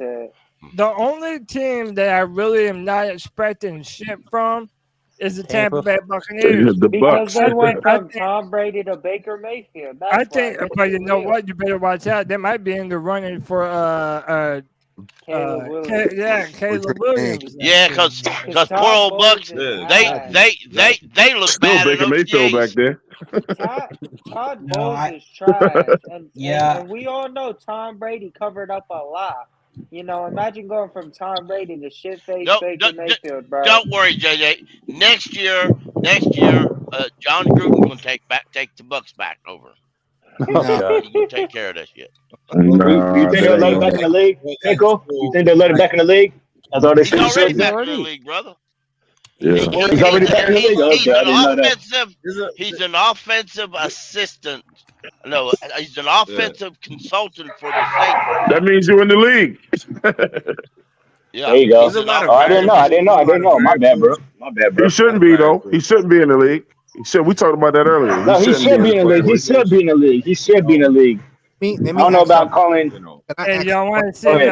Before I head out. Hey, real quick, y'all want to see how good Baker Mayfield's out here looking? Damn, in practice, no defender. Look. Just overthrowing motherfuckers. He is trash. Okay, I got my. That motherfucker wide open. There ain't nobody on me. You over. Bro, I'm so happy. He is garbage truck juice. I'm so happy to be rid of that, bro. Cody, can we pull up my quarterbacks tier list just to see what everyone thinks of it? That nigga's garbage truck Cody. juice. It's on Twitter. It's on your Twitter. Yeah. Like, I just wanted to pull it up. All right, JJ. I remember in the beginning of the season, you used to post with the beer emoji, like, take a shot for every batted pass for Baker Mayfield. And you say you'd get crunk. Yeah, I'd be turned up off some Baker Mayfield batted passes now, bro. What am I doing? Oh, I'm looking up your tier list. It's on my pinned tweet. It's my pinned tweet on. All right. Are you two related, dude? I just had a question. I had a quick question. Are you two guys related, like Anthony and this guy and this other guy? I used to think right now. I thought they had. I thought they were the same person. I call them the Zan twins, the Zanny twins. Well, you know who that's just a joke. That's an inside joke. Hey, Anthony ain't smiled yet. Yeah. He's like, no, that's not cool, bro. He's like, that's not cool, bro. I got you, dude. Sorry about that, brother. Sorry about that, Anthony. No, you straight. Yeah, I thought they were the same guy by voice, bro. Yeah. When I first heard, I thought they were the same guy. All right. Anthony, defend your list. Okay, so the Bryce Young thing is a joke, as everyone knows. Like, he hasn't played a snap. But this is my tier list of all the QBs in the league. You can give me shit for anything, call me out on something, but this is my list. I think Trevor Lawrence and Justin Herbert should be up a tier. Okay. No, let him say his list. Go ahead, Anthony. Go ahead. So Mahomes, undebatable. Joe Burrow, second best quarterback in the league. I think Josh Allen's third. I'm a Lamar fan. I don't care what anyone says. I think he's gonna ball this year. Aaron Rodgers, go watch the film. That dude still throws a pretty damn good ball. Definitely. And this year he'll see him. Trevor Lawrence, for JJ, I need to see a little bit more out of these guys in the playoffs to put them in the elite tier. I haven't seen it yet. Lamar's in the elite tier because he's won an MVP. Jalen Hurts, same thing. I'm not taking he's had one good year with the loaded roster. I don't think he's elite yet. Dak Prescott, you can give him shit in the playoffs, but can you blow that list up? Can you blow it up some? So can I jump in real quick? Anthony, Anthony, you should move. Can you make it bigger? Jones to under every single quarterback. Okay. Can I jump in real quick, Anthony? Yeah, go ahead. No. Go ahead, bro. Finish up, bro. I'm sorry about that. I was just Dak, Daniel Jones. He's been he's the longest tenured quarterback in the league, so you can't give him shit. He's clearly a franchise quarterback if he's on the Cowboys for 7 straight years. Tua, I think he's legit. Kyler Murray, I think he's legit. I just think he's on a shitty team. Bryce Young, I that's a joke. We don't know. Go. Yeah, Deshaun Watson, argue with your mama. That dude, I don't think he's gonna be the same after all those massage incidents. And he looked like shit last year. Kirk Cousins. Now, there's a lot of guys in this tier. They're hard. How did the massages change his game? I mean, they're all the same player. Yeah, JJ. They're all the same player. Stafford. They're all the same player. Well, no, Stafford should be up there. The top 3 level. There's only a few people. There's only a few on this list that I would disagree with JJ, and I think a lot of it has to do with recency bias. You got Deshaun Watson too low. Hold on. Hold on, JJ. Wait. Let me finish my thing real quick, because, all right, if you want to, hold on, JJ. If you want to say that, let Cody talk. If you want to say that let Cody land. Had a terrible year last year, no one is going to disagree with you. But do you really discount all those prior years before? So, for example, there's no way I'd put Jimmy Garoppolo as better than Russell Wilson. Now, maybe he had a better year last year, Cody, but I'm judging them off how they're standing going into this next year. So after this past year, that's why Russell Wilson, if he's good again, he'll move up to probably I kind of got to push back on you, Cody. I kind of got to push back on you, Cody, because I think Garoppolo is better than Russell Wilson right now. I think he is better than Russell Wilson right now. And he's coming back in, and he's coming back into his the offense coordinator that he was with. Jimmy G coming back into the offense coordinator, whatever the offense he likes. Come on, man. I think he is better right now. And he has fucking this guy, the best receiver in the league. Come on now. Don't say he's not. This guy, Devontae Adams. Go ahead, JJ. Go ahead, JJ. My fault. It's gotta be killing you that Justin Herbert's with the rest of them bums. I got a question. Justin Herbert should be up there. I see a lot of indiscrepancies. JJ, what did I say though? The guys are Josh Allen should be elite. Just because they're in the average category don't mean they're Josh Allen is not elite. Okay. Hold on. He's not, bro. He's not, bro. It don't go by the records. A lot of people He's not, bro. Justin Herbert. Hold on. It's too elite. One at a time. One at a time. Let me defend I was saying Justin Herbert should be elite. Yeah, let me say something, and I'm gonna let my man Wolf get off. I've seen a lot of people debating about Justin Herbert. I have Justin Herbert up a tier. I would have him as an elite quarterback. But I understand that they haven't done a lot in the playoffs, and if you want to hold that against him, fine. I don't think you can say Kyler Murray is on the same level as Justin Herbert. I didn't explain a couple things. Him and Tua, I have a problem with them being as high as they are. Okay, so the rankings go as like Mahomes first, Burrow second, Allen third, Lamar fourth, Rodgers fifth, Lawrence sixth. Okay, so you're saying they're near the bottom of that tier. Yeah. Like Kyler's the 11th ranked quarterback. Herbert's the 7th. It's not like they're the exact same. Like that's just, except for the average, the mid tier. I just threw them all in there because that's how I feel. Like, all right. Those guys. All right, let me. Wolf, jump in here, bro. What you think? So Tua is not better than Kyler, by the way. So there's how many NFL teams? 32, right? Yeah. Yes. 32 NFL teams and rank 1, 2, 3, 4. That's those are the guys that are like you like, and then everybody else is just like average. So and then quarterback win a Super Bowl. Yeah, I said Matthew Stafford should have been higher. Honestly, he should be. Can an average guy? Kyler Murray Can an average quarterback go on a Jokic run? Can he go on a Dirk Nowitzki 2010 run? Y'all are missing my point. Y'all are missing my point. I told you this is just. This is exactly, and Nick Foles would still probably be in the average. He was trash though in the regular season. Exactly. It's subjective, man. Because if you take any of these quarterbacks and put them on other teams, then their stock is going to rise. Y'all are missing the point. This is literally based on how these guys performed last year. So then, why is Kyler Murray a franchise? He was terrible last year. He was not. If you watch the games, he was not the problem to the team. But he was terrible, Anthony. He was terrible. Damn. He was pretty bad, bro. Let me get to my point. Let me ask, bro. He was terrible. Let me ask the panel: if Bryce Young turns out to be Kyler Murray, would you be disappointed?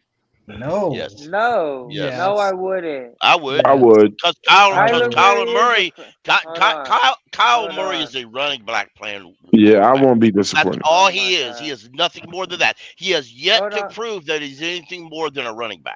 That's playing quarterback. All right, JJ, is Kyler Murray in the average tier for you? Hold on. We can all agree the Panthers are a way better position right now than the Cardinals. By far, correct? But can I say something? So if you were to put a way better quarterback on this way better team, we'll probably be way better than the Cardinals. That's just what I'm saying. Go ahead, Wolf. But so out of your top 10, who hasn't got paid yet? Okay.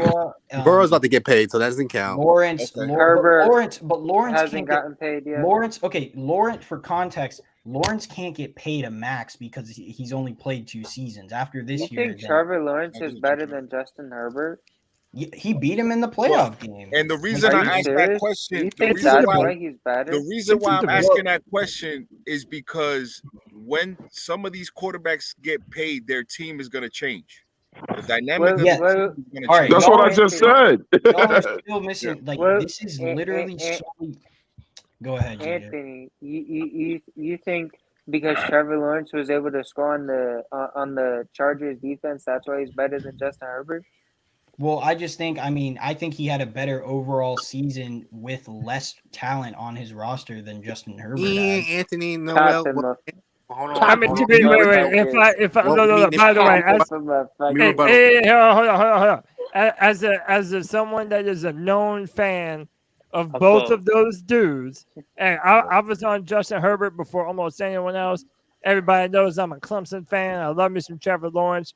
To me, that's a good debate to have, exactly. And I can see why you would debate Herbert. being better, and I can see why you would debate Trevor Lawrence being better than Justin Herbert. Like, there's good arguments on both sides. Keep in mind, Trevor Lawrence was the #1 overall pick for a reason. Yep. Like, the dude is a monster. There's no denying it, right? Hold on. Justin Herbert was Justin Herbert looked day one like what Trevor Lawrence was supposed to be coming in. Trevor Lawrence looks more like a bust 3 times as long as he looks like a franchise. Nah, he had hold on. He had a year and a half. He had a year and a half of looking like a bust compared to his. Right, but with Urban Meyer. Exactly. With Urban Meyer as his head coach. JJ, you just used that excuse for Kyler Murray, though. Did he not look like garbage in the first half of this season? If you have a bad head coach, most of the times you're going to look like Doug Peterson was the coach this year. No, but even last year, they look I'm good talking about last this year. Right. This past year. Trevor Lawrence looked a lot better this past year than he did the year before. But he looked like he also went first half of the year. So under this scenario, or not this scenario, or under what scenario that some folks I'm hearing are saying, if you go by a quarterback who had a bad year or a bad half a year, then and you blame that on the head coach or the team, then how do you know Russell Wilson wasn't bad because the Broncos sucked and the quarterback was bad? Put that comment back. I don't know why you put. I don't know why you're talking about Russell success. Wilson. What success? Trevor Lawrence. Okay, for the first half of the season, still with Doug Peterson in a better situation with better players around him, looked not good and not like the guy he was supposed to be until the second half of the season. Until when he played the Titans on the road, then he played the Cowboys at home. Then he had big signature wins, then won a playoff game. After he won the division. Justin Herbert for the past 3 years has been a top 6 quarterback unanimously. Like, what are we talking about? Right, JJ, I'm not even disagreeing with what you said about Herbert. Like, but you also have, but hold on, but no. But listen, you're not considering that at the end of the past 2 seasons, the Chargers flaming out as bad as they did, like, if you're gonna blame the trials and tribulations of the Jaguars only on Trevor Lawrence, then you have to do the same thing with the Chargers and Justin Herbert. Exactly. Like the Raiders at the end of the Raiders at the end of the year before the Chargers are consistent. Chargers had the Chiefs. Chargers had the Chiefs shaking in their boots. The Chargers hold on. I like both of these dudes. I'm not even trying to say one is like far superior than the other. I'm saying both of them have arguments. But let me ask another question. Is Mac Jones worth $84 million? Hell no. Okay. No. Never that, bro. Wait a minute. He shouldn't be in the average tier because the average tier, we just said, Daniel Jones set the president with $84 million. So if Mac Jones is an average, hold on. Let me explain 2 things. Let me explain 2 things here. Let Anthony go. Okay, so success is hold on. Put that so he said Geno Smith shouldn't be ahead of Russell Wilson. I explained. This is based off last year. Geno Smith was far more superior than Russell Wilson was. 2, the Giants paid Daniel Jones because they haven't had any sustainability at quarterback. Bill Belichick doesn't pay dudes. Literally, Tom Brady was making like the 15th or 16th ranked money when he was in New England until like Eli Manning isn't sustainability until his later end of his career. Eli Manning isn't sustainability. What have the Giants been before Daniel Jones had one okay? I'm asking. Is Eli Manning was Eli Manning a sustainable quarterback? Yes or no? Wolf, I'll give you a stat. He was. But since 2017, they never won playoff games. Exactly, and that's the thing. I get it. But what I'm saying is sustainability is long term. That's what it is. It's a long term. Now, and that's why there's an out on his contract. But maybe the Giants paid Daniel Jones because they couldn't get no other better quarterback. That's exactly why they did. That's what I'm saying. That's why he's in the average tier. It's not because he's worth his money. It's not because of that. And like I said, like, for example, like Stafford, okay, the year before he'd be in the franchise tier when he won the Super Bowl, but last year he was bad right when the offensive line broke down. He should be in the elite for winning the Super Bowl. He should be in the franchise right now, honestly. He just plays behind a bad offensive line. But that's really the thing, JJ. He was average when the offensive line got bad. He went to the Super Bowl when the offensive line was good. That's why he's in the average tier right now. Like, I think they're going to be bad. And if I may throw this out, and this may not have nothing to do with y'all's conversation, but if I just may say this, some of these folks' contracts are top heavy. Yeah. They're top heavy. For example, Daniel Jones is basically on a 2-year deal, y'all. It's a 4-year deal. He's getting paid because he plays for the Giants. Geno Smith is on a 2-year deal. Essentially, if they wanted to, they could get rid of Geno Smith next year, and it not hurt them. So I mean, So contract-wise is kind of maybe irrelevant to a lot of these conversations because some of these folks were only signed because they knew because the GM knew he could sucker the agent into it. I'm teasing. Okay, hold up. Let me just say this real quick. Like, this is why I don't like bringing contracts into this, and I just like looking at their play on the field because Andy Dalton, our veteran quarterback, was the Bengals quarterback for a very long time. Why? Because they were afraid that they wouldn't find even like an average quarterback when Carson Palmer, after he got injured. That's why they paid him to secure that future. That doesn't mean exactly like Kirk Cousins. It does. Or Daniel Jones, because they those option, and then when he balled out, it was like, oh shit, what else are we going to do? He didn't even ball out. Yeah. That's why Anthony just played so much of. Can I ask Anthony a question? Anthony, let me ask you a question. Yeah. If you said your list is based on what everybody did last year, and I think it's a pretty good list. I mean, it took balls to put that out there. It's not a bad list at all. It's not. But let me ask you a question. So, if you're taking into consideration what they did last year, then really, you got a lot of quarterbacks that went long in the postseason ranked lower. So shouldn't the last 6 quarterbacks be ranked a lot higher? Unless you was just like I'm not talking about like a Trenton Dilfer type of quarterback where he ain't really make the team get there, but like I think Trevor.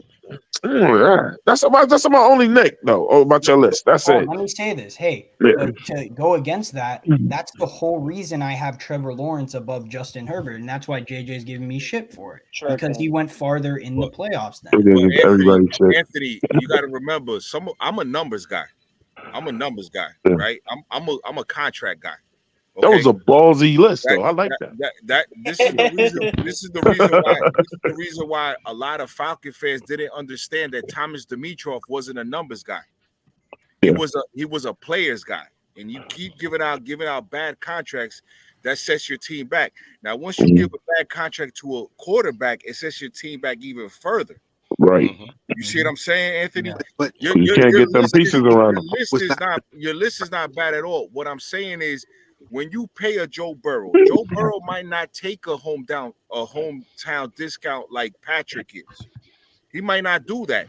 That's going to affect the team. That might affect his rankings because his team might lose a lot of players. Well, that's why I don't care about the contract. I get that. Hey, Wolf.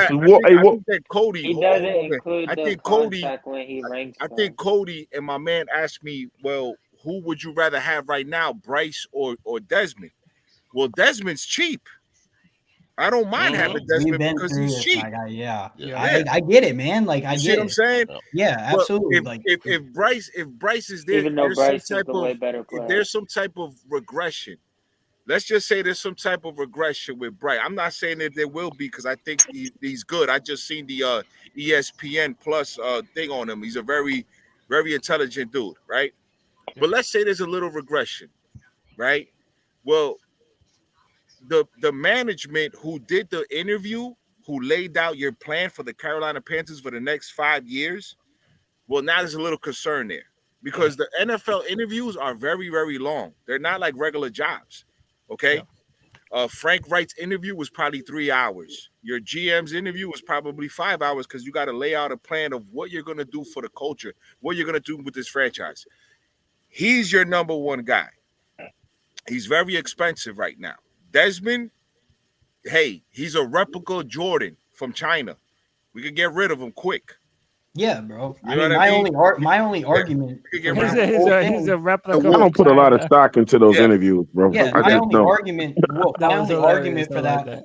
If your ass is good, you good. Of course. I completely understand because you didn't invest a lot in him, so your hopes your hopes aren't naturally high. The only thing is though, since you didn't invest a lot in him, that could bite you in the ass if you didn't take a quarterback that you like.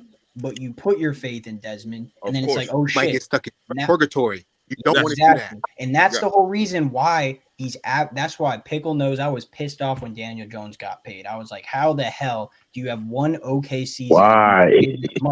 He is trash too. But why? He wasn't all that.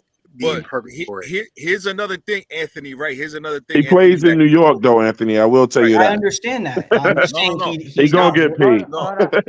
Here's the thing, Anthony. Too. Right? Look at the positions. When I say our fan base is spoiled, right? Is because I go back to Chris Chandler, Chris Miller. They were average quarterbacks. They weren't great quarterbacks, but they were good enough to sustain the franchise. Then you go to Michael Vick, and then you go to Matt Ryan. So if you've had good quarterbacks, there's certain franchises that they can't even get the quarterback position right, like the Cleveland Browns. You go from Bernie Kosar to Baker Mayfield. You thought Baker Mayfield was the guy. They got it right now. He's not the guy, and then you trade everything and give up everything because you got to sell tickets. You have to sell tickets. Now, when I say Bernie Kosar, I know Pickle knows what the hell I'm talking about. Bernie Kosar was in the 80s. That means that they didn't get the quarterback position right. For how many years is that, Pickle? That's like 3 decades. Hey, Wolf, I know who the fuck Kosar is, man. Hey, look. Yeah, man. Pickle ain't the only old motherfucker. Trust me, man. Like in my comment section on that tweet, you're muted, Pickle. Yeah. In that comment section on that tweet, man, there's a lot of people. Pickle over there talking to himself. Damn. Pickle over there being a ventriloquist. How long you been talking shit? Oh, hell, I don't know. I've been talking forever. I keep thinking everybody's ignoring me. I might as well shut up. I have no mute the whole damn time. No, the whole damn time. But, I mean, I was in junior high when the Browns had a competent, intelligent quarterback. Look at that. You were in junior high? Ugh. They got one now. What was his name, Pickle? Oh my God. What was his name, Pickle? What was his name, Pickle? Bernie Kosar. Bernie Kosar. A fucking stud from fucking Miami. But, Let's go. Look, Anthony, I understand what you're saying, but it's certain franchises that cannot get the quarterback position right, and you're right. They jump ship, and then they end up in purgatory. Because Like us. Daniel Jones isn't worth $84 million. For 15 touchdowns, hell no. Right. 15 touchdowns. And if I may say this, a lot of these organizations, they may get somebody that may or may not be right, but they screw it all up by trying too hard to do something that's relatively simple.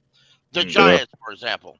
The Giants didn't want to lose him. Daniel Jones, they probably wasn't going to get nobody better. They did try. You give them that. They brought some folks in, didn't work out. Right. Instead of franchising him and letting the running back walk to where they could keep a salary cap down or the salary cap, franchise him for one more year, and then just go get you a decent running back like everybody did. Pick one of the draft. Like the Falcons did. They were out there. They were available. Instead of doing that, they overpaid for an average quarterback and then they turned around and franchised their running back. Now they got, in my opinion, and people have their own opinion, in my opinion, an overpaid running back and an overpaid quarterback. That's why the Giants are still down at the bottom. Barkley. Look at the Bears. Look at the Bears, Pickle. Look at the Bears, Pickle. They got the same thing. You know, the leading receiver in their franchise history right now, just based off of stats, is going to be DJ Moore. You know that, right? Like, he has more receptions, more yardage. Pickle, by the way, franchise tagging Saquon, I don't think it's the worst thing in the world for considering the Giants' position. I understand, JJ. That's your opinion. When we talk about bad teams, like my opinion, the Giants don't have anything though. That's really why I said that. Well, that's kind of irrelevant, in my opinion. And that's why they kept position by position. Yeah. Okay, let's be honest. At the very same token, that's why we gave Christian McCaffrey that big fat contract, because we didn't have anybody. Yeah, pretty much. That's true. Then it was incompetent then, because we could have had Christian for 2 more years. Besides that, so let's move forward to our team. Let's move forward to the Panthers. Is based around that's what I was just about to say, man. Like, we talk about all Bryce Young over Justin Fields any day. We talk about all these other teams, but haven't the Panthers been this way for a while? I thought the Panthers was turning into the Browns. Well, here's the thing, Twan. We haven't been doing a lot of great, impressive shit for a long time. Whoa. Let's not pass up on what Wolf just said. How he said Bryce Young way better than Fields. Yeah. Well, we all knew that. Oh, man. Yeah. We all knew that. And we gonna make the Bears if you want to turn around on the Panthers, man, that's Wolf trying to get some brownie points with that shit, man. We don't know yet. I'm not putting Bryce Young over no fucking body until I see him play, bro.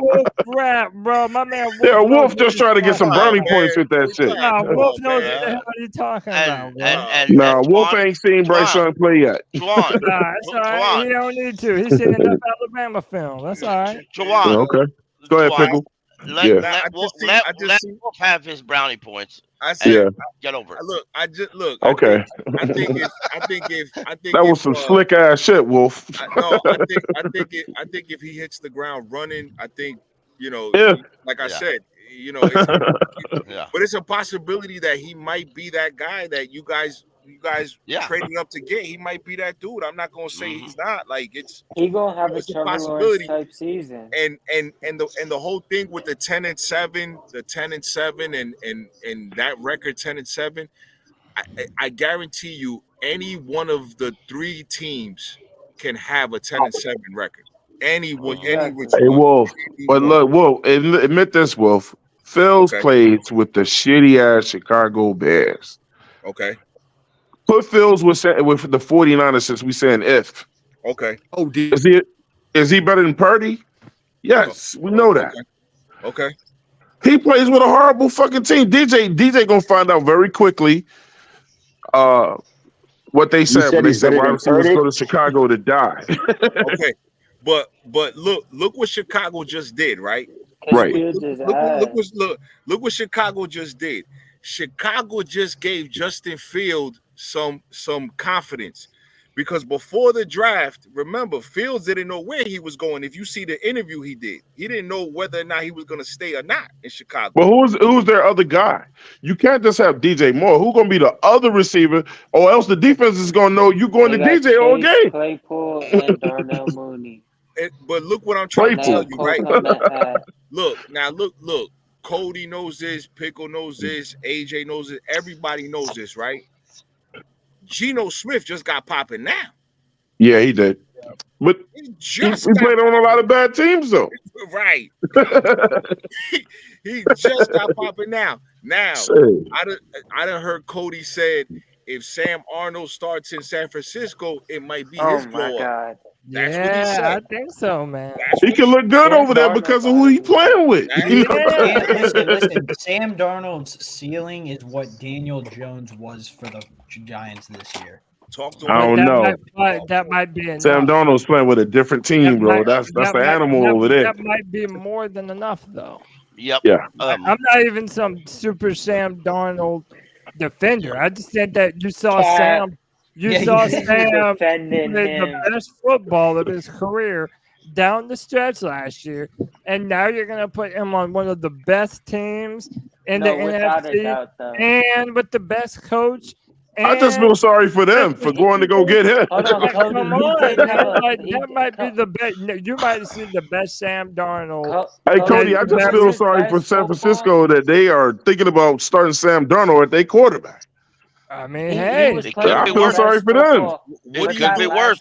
But like my man Wolf just said, nobody thought Geno Smith was about to be Geno Smith and do what he was doing. Yeah, but we knew the possibilities with the team he went to. I mean, he ain't go to no rusty ass coach, and he went to Geno went to a team that believed in him, and sometimes that's what matters. It sounds like San Fran believes in Sam.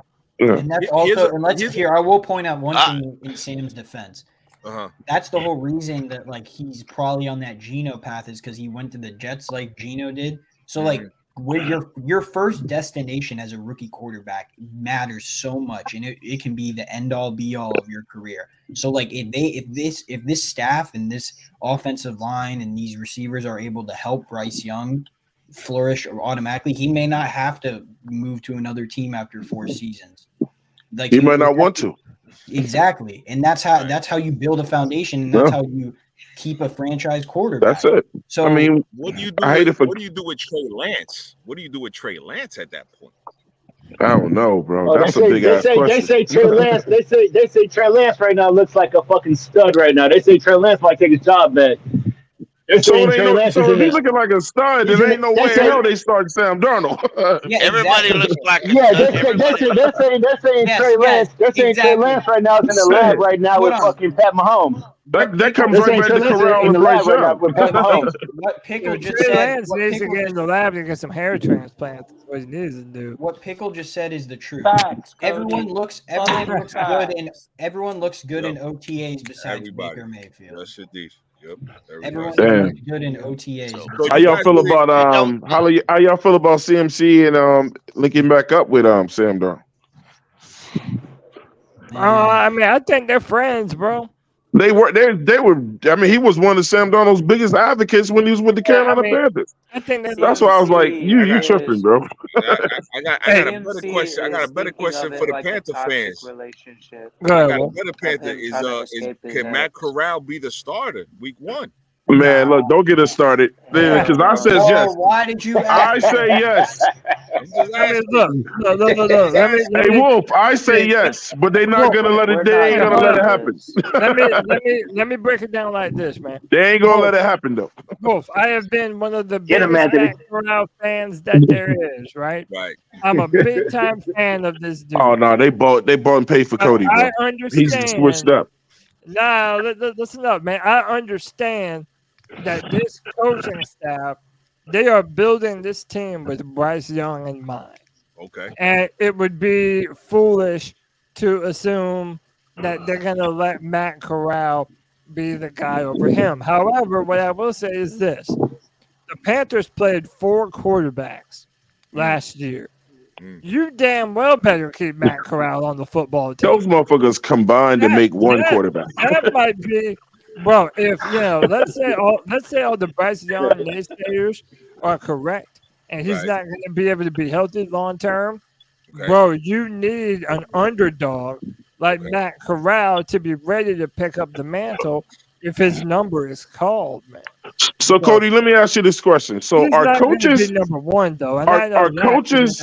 And Wolf, listen to this, Wolf. Okay. Are coaches lying when they say whoever practices the best is the motherfucker I'm going to send out there on the field on game day? Then that is a fucking lie. Because if Matt Corral goes out there and balls out, and he's the best quarterback on the field, they're not going to send him out there on game day.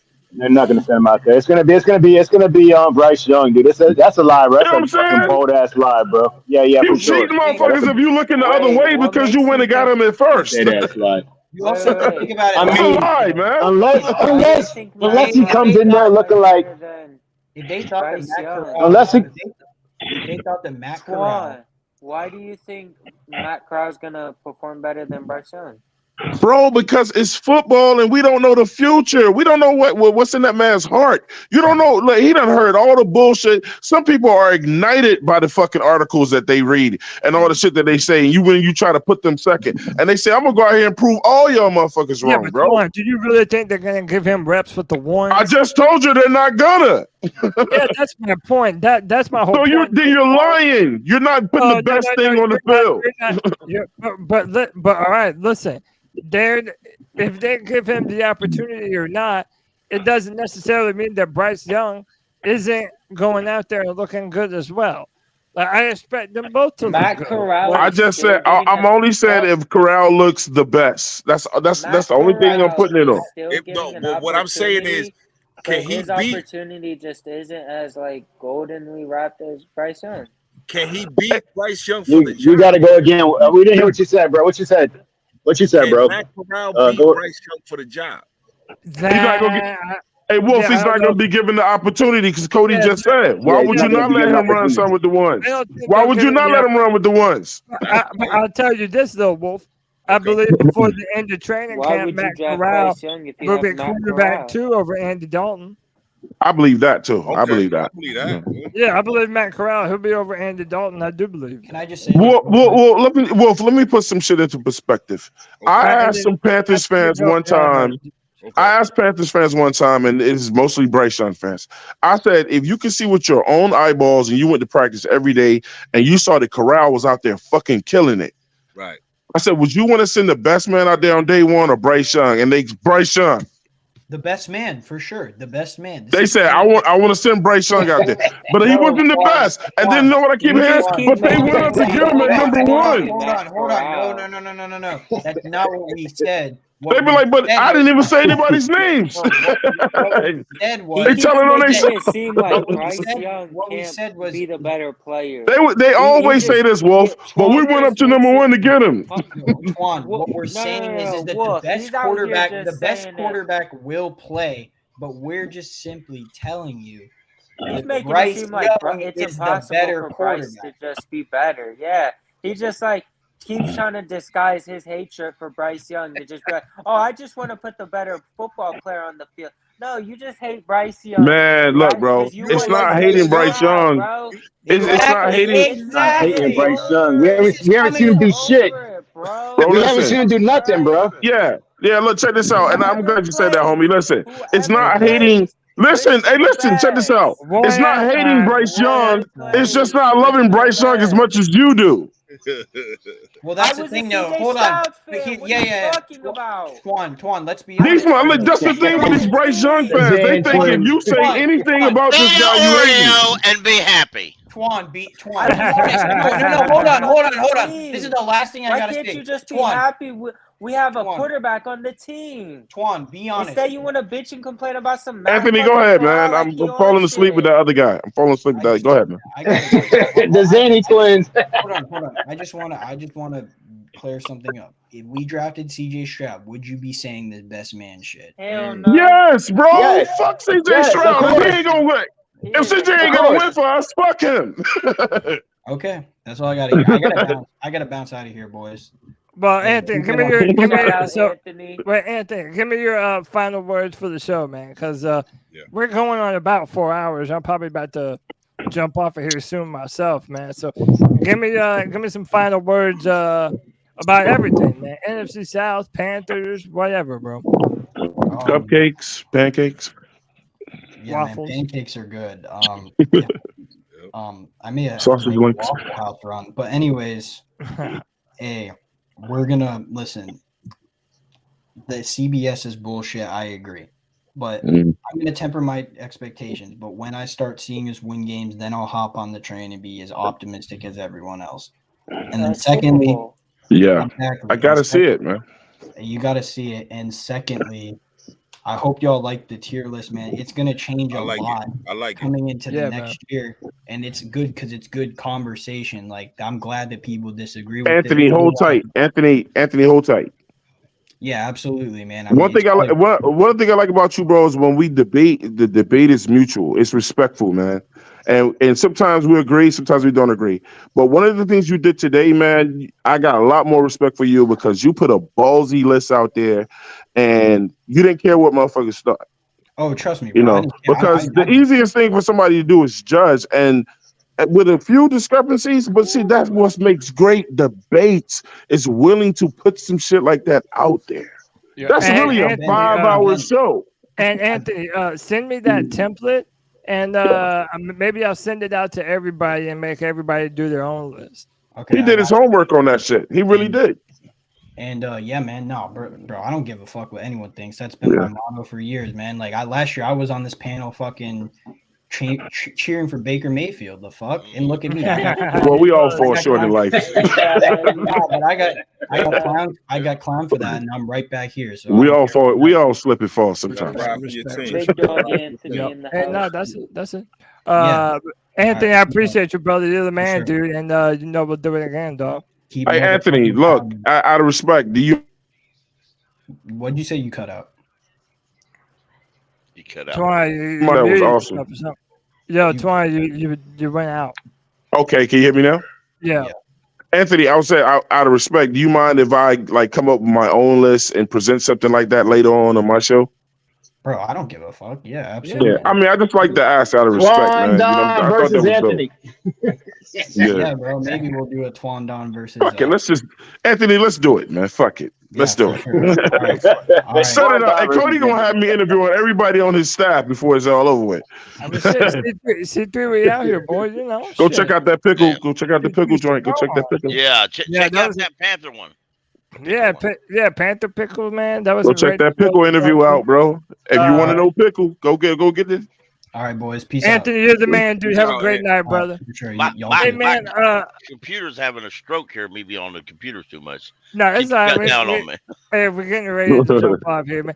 Yo, Wolf, I appreciate you for jumping on, man. We need to make this more of a common occurrence, man. I love your insights. Of course, man. You always bring up these great discussions. Yeah, man. Give us some final thoughts, man. So, basically what I'm saying to everybody is enjoy the summer, right? Yep. Enjoy the summer. And we going to look, the teams are doing what they got to do. And trust and believe that the NFC South will reign again. Yes, the sir. NFC South will reign again. Yep. Except the Falcons. I remember when the NFC South was the best division in football. Best division. 2017 pickle. You talking about 2017? Hey, 2015. No. It's still fuck the Falcons. It's still fuck the Falcons and the Saints all day though. It's still that. Definitely. On God, but basically, you know what I'm saying. But I love having good debates with my opposition because it's gonna be an interesting first week to see what the Panthers do, what the Falcons do. That first set of downs is gonna be interesting. So, like I said, I think we're a little bit more versatile this year. Mm-hmm. I think we have a lot of players that can play a lot of positions, line up a lot of positions. So I'm definitely looking forward to it. But I'll be back, man. Free fall all summer. It's gonna be popping. It's where you got to be at right here. So you already know. Hey, Wolf. I will tell you that the Falcons is the only team in the NFC South that concerns me, man. Okay, that's it. Good enough. That's good enough. That's it. And I don't know how good it is. What? No, man, because listen, them motherfuckers, the Falcons fucked up our The Falcons fucked up our perfect season. So I'm gonna always hate them motthfuckers for that shit, bro. So Wolf, whenever you get your podcast, of course, brother. Everything up and going, bro. Course, brother. Come on here and shout out. Definitely, man. I appreciate everybody, man. Pickle, T, absolutely, AJ, Cody, everybody, bro. Everybody that's appreciate on here, bro. You know what I'm saying? Like I said, man. Like you guys are doing awesome things, great conversations, and man, I enjoy it, brother. I enjoy going back and forth with good people, man. So you know what it is. Atlanta, first week. You already know what's going to happen. It's going to be like I say in Spanish. But I said un matadao. We're gonna say like this. Papi gonna be like this on fire. Felipe Franks is not my cousin, by the way. Felipe Franks is not my cousin. I don't believe you, but all right.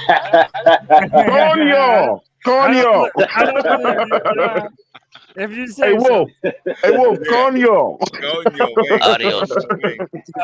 Felipe Franks is not Spanish, okay? Yeah. Stop saying that he's my cousin. Everybody say Felipe Franks. All right, I believe you, bro. Hey, everybody know Wolf look like a brother-in-law. Yo, from the Dominican Republic. Yo, Al Taylor, you there, bro? Yeah, bro, I'm here, bro. Yeah, man. Thanks. Yeah, I'm here, bro. Thanks for having me on again. On, you can't see your face. Yeah, man. Oh, here I am. I mean, it's fucking still daylight over here, bro. I'm still over here in fucking San Fran, bro. Man, California is the dream, bro. There you go. Fucking cold, bro. No, it's too cold, bro. Y'all don't know shit about cold. Cut that out. Yeah, it's cold, dude. It's fucking cold as shit. Give us some final words for the show, man. Pickle, 75 degrees over there. It's cold, too. Poor feller. Fuck, I'm from South Florida, dude. Come on, man. If I walk outside at 75 degrees, I got a jacket on. Come on, man. Cold is 20 below zero. Yeah. That's cold. You're slightly like chilly. But your ass is chilly. Yeah, man. Of course, Cody, man. Thank you for having me on again. Pickle, of course, you know, you guys are good. Man. I appreciate it every time, man. Just coming on here and just talking, like you guys said. Yep. Just coming here and talking shit, and man, you guys are like a blessing. The fucking after a long day at work, it's very cool to talk to you with you guys and shit like that, bro. You know what I'm saying? So I enjoy it. And this guy, and fuck, come on, let's go, Heat. Come on, Heat. We gotta fucking come on, man. If we lose these fucking guys, they playing tonight? Nah, not playing tonight, dude. Oh yeah, the Heat. Tomorrow, Boston gonna win that series, bro. No, but hey, you're the man. I appreciate you coming on the show. Shut up, time, dude. You're the homie, bro. Yeah, man. You know I got you, Cody. Thanks, Cody. Later, bro. Yeah, man, absolutely, always. Let me go to my man JJ. JJ, man, happy. The man of many jerseys. We settled on that tonight. Give me your final thoughts, man. Great discussion today. No, honestly, I mean, I'd be captain for Bryce Young really just because he's on the team, and you know, I mean, like we did invest so much on him, but I mean, like, yeah, it was really just whoever was going to be the guy. I was just going to start capping for them. He could come out here and put up 28 touchdowns. I'm calling him better than Dak Prescott immediately. Even Will Levis? Bro. Will Levis is garbage, all right? I'm happy we beat the allegations, all right? But I mean, like, I'm just happy the Panthers have something to look forward to most of all. I mean, like, I'm an Ohio State fan. CJ was my guy like that. And Pickle and Cody both know I'll be defending CJ for sure, but that's regardless. Jonathan Mingo is going to be wide receiver 1 this year for us. So yeah, happy weekend, everyone. Hope the Friday free throw was good. Like the video, subscribe. Appreciate we sweeping the Falcons, by the way, Wolf. Okay, cool. We coming for that ass. Make sure you have that vacuum cleaner. Make sure I don't use brooms anymore. I use vacuum cleaners, but okay. I love it. Hey, JJ, it's all love, man. It's all love. Twan Don from the 704 Charlotte Bound Show. Appreciate you again, as always. Twan, tell them where they can find you and give us some final words, bro. Hey, man, it's 704 Charlotte Bound Show, man. Y'all, and the show, man, and then y'all know I'm doing a series Twan Don versus everybody. I'm trying to get to everybody. I really do mean everybody, man. I just want to put on people that are interesting people and get into their life and topics of sports. Like I told y'all, as we go further on, I'm going to be doing it with guys from all the teams that we have to play. So Wolf, look out when I do the Atlanta shit. Okay. We got to link up. Wait, didn't you battle Black? Who? Black. Nah. Oh, okay. I'm sorry. It sounds like somebody I need to battle. No, it's not a battle. The show says versus, but it's not a battle. It's just No, but you battle Q. Didn't you battle Q? Yeah. I did Q though. Yeah, that was different. That was love. Okay. But look, man, it's all debate with me, man. It's all love. Don't take nothing I say personal here. Look, man, JJ is part of the youth. Anthony part of the youth. They the up and coming Panthers or whatever. But I gotta challenge them little motherfuckers, bro. I gotta challenge them. Yo, it's all respect. Really care that I was like, oh, Justin Herbert should have been up for him. He just asked, and I was like, "Oh yeah, I don't like." No, like I said, there's a good discussion to be had about. Trevor. Yeah, man. I love sports debate, man. I love barbershop talk, bro. You know what I'm saying? A lot of the quarterback lists are really truly based on your own opinion. Yeah. As the great Tony, the professor would say, the show you put on whenever you're driving back from the stadium. Yeah, that's what we are, bro. That's what we are. And hey, man, listen. Last but certainly not least, the man, the myth, the legend, Panther call him Dill. Call him Dill. Panther Pickle. Kosher Dill again, my brother, and tell me, give me some final words of wisdom for the show, man. Yeah. I was on Facebook this week. Okay. And I found something that I found very open, and when I read it, I realized that I had almost heard this before. And I'm gonna read it very briefly. It says, the story says, a father said to his daughter, "You have graduated with honors. Here is a car I bought many years ago. It's a bit older now. But before I give it to you, take it to the used car lot downtown. Tell them I want to sell it and see how much they offer it to you." When she went to the used car lot, they said they offered me $1,000 because it looks pretty worn out. Well, then the daughter, he told her to take it to the pawn shop. See what the pawn shop would give it to you. So the pawn shop offered her $100. So then father said, take it to the car club downtown and see what they give it for you. And she come back, surprisingly, she said, they offer me $100,000 for it because it's a Nissan Skyline R34, and it's an iconic car sought by many collectors.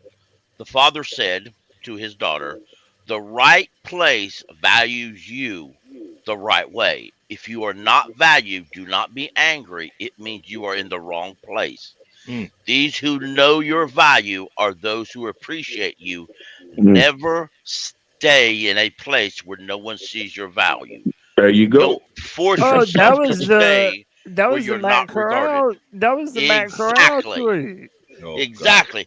Poor Matt Corral didn't post the entire issue, but that's part of his tweet that he put out. Oh, wow, you blew my mind just now, Pickle. Yeah, so don't always read 144 characters on Twitter and judge a person. Damn, I'm glad you read that. Hey, straight up, I'm glad you read that, Pickle. I literally... Yeah, I'm the Matt Corral fan, and even I didn't know that, man. Yeah, that was a great. Hey, Pickle, you just did a headshot. You just did a Tommy and Goodfellas headshot. Remember when Tommy was about to be made? Yep. That was that right there. Yeah, that was a great job. Hey, man, that's why Panther Pickle's the GOAT, man. We love. Shout out to Curtis King. Yeah, man. But hey, man, look, this has been another edition of the C3 Friday Free For All, man. If you've enjoyed the content, hit the like button, hit the subscribe button, hit the notification bell for every single time it's the free. C3 Panthers Podcast goes live. We will be back Tuesday night at 9 p.m. for another flagship edition of the C3 Panthers Podcast. Hey, Cody, we going to the strip club tonight? I mean, I don't know. I'm going to the Fat Girl Club. You coming with me? Hey, look, I like the heavyweights too, man. Let's do it. Let's do it. Come on, bro. Hey, it's on. We're on. It's definitely going to be a lot of food there. Peace and love, y'all.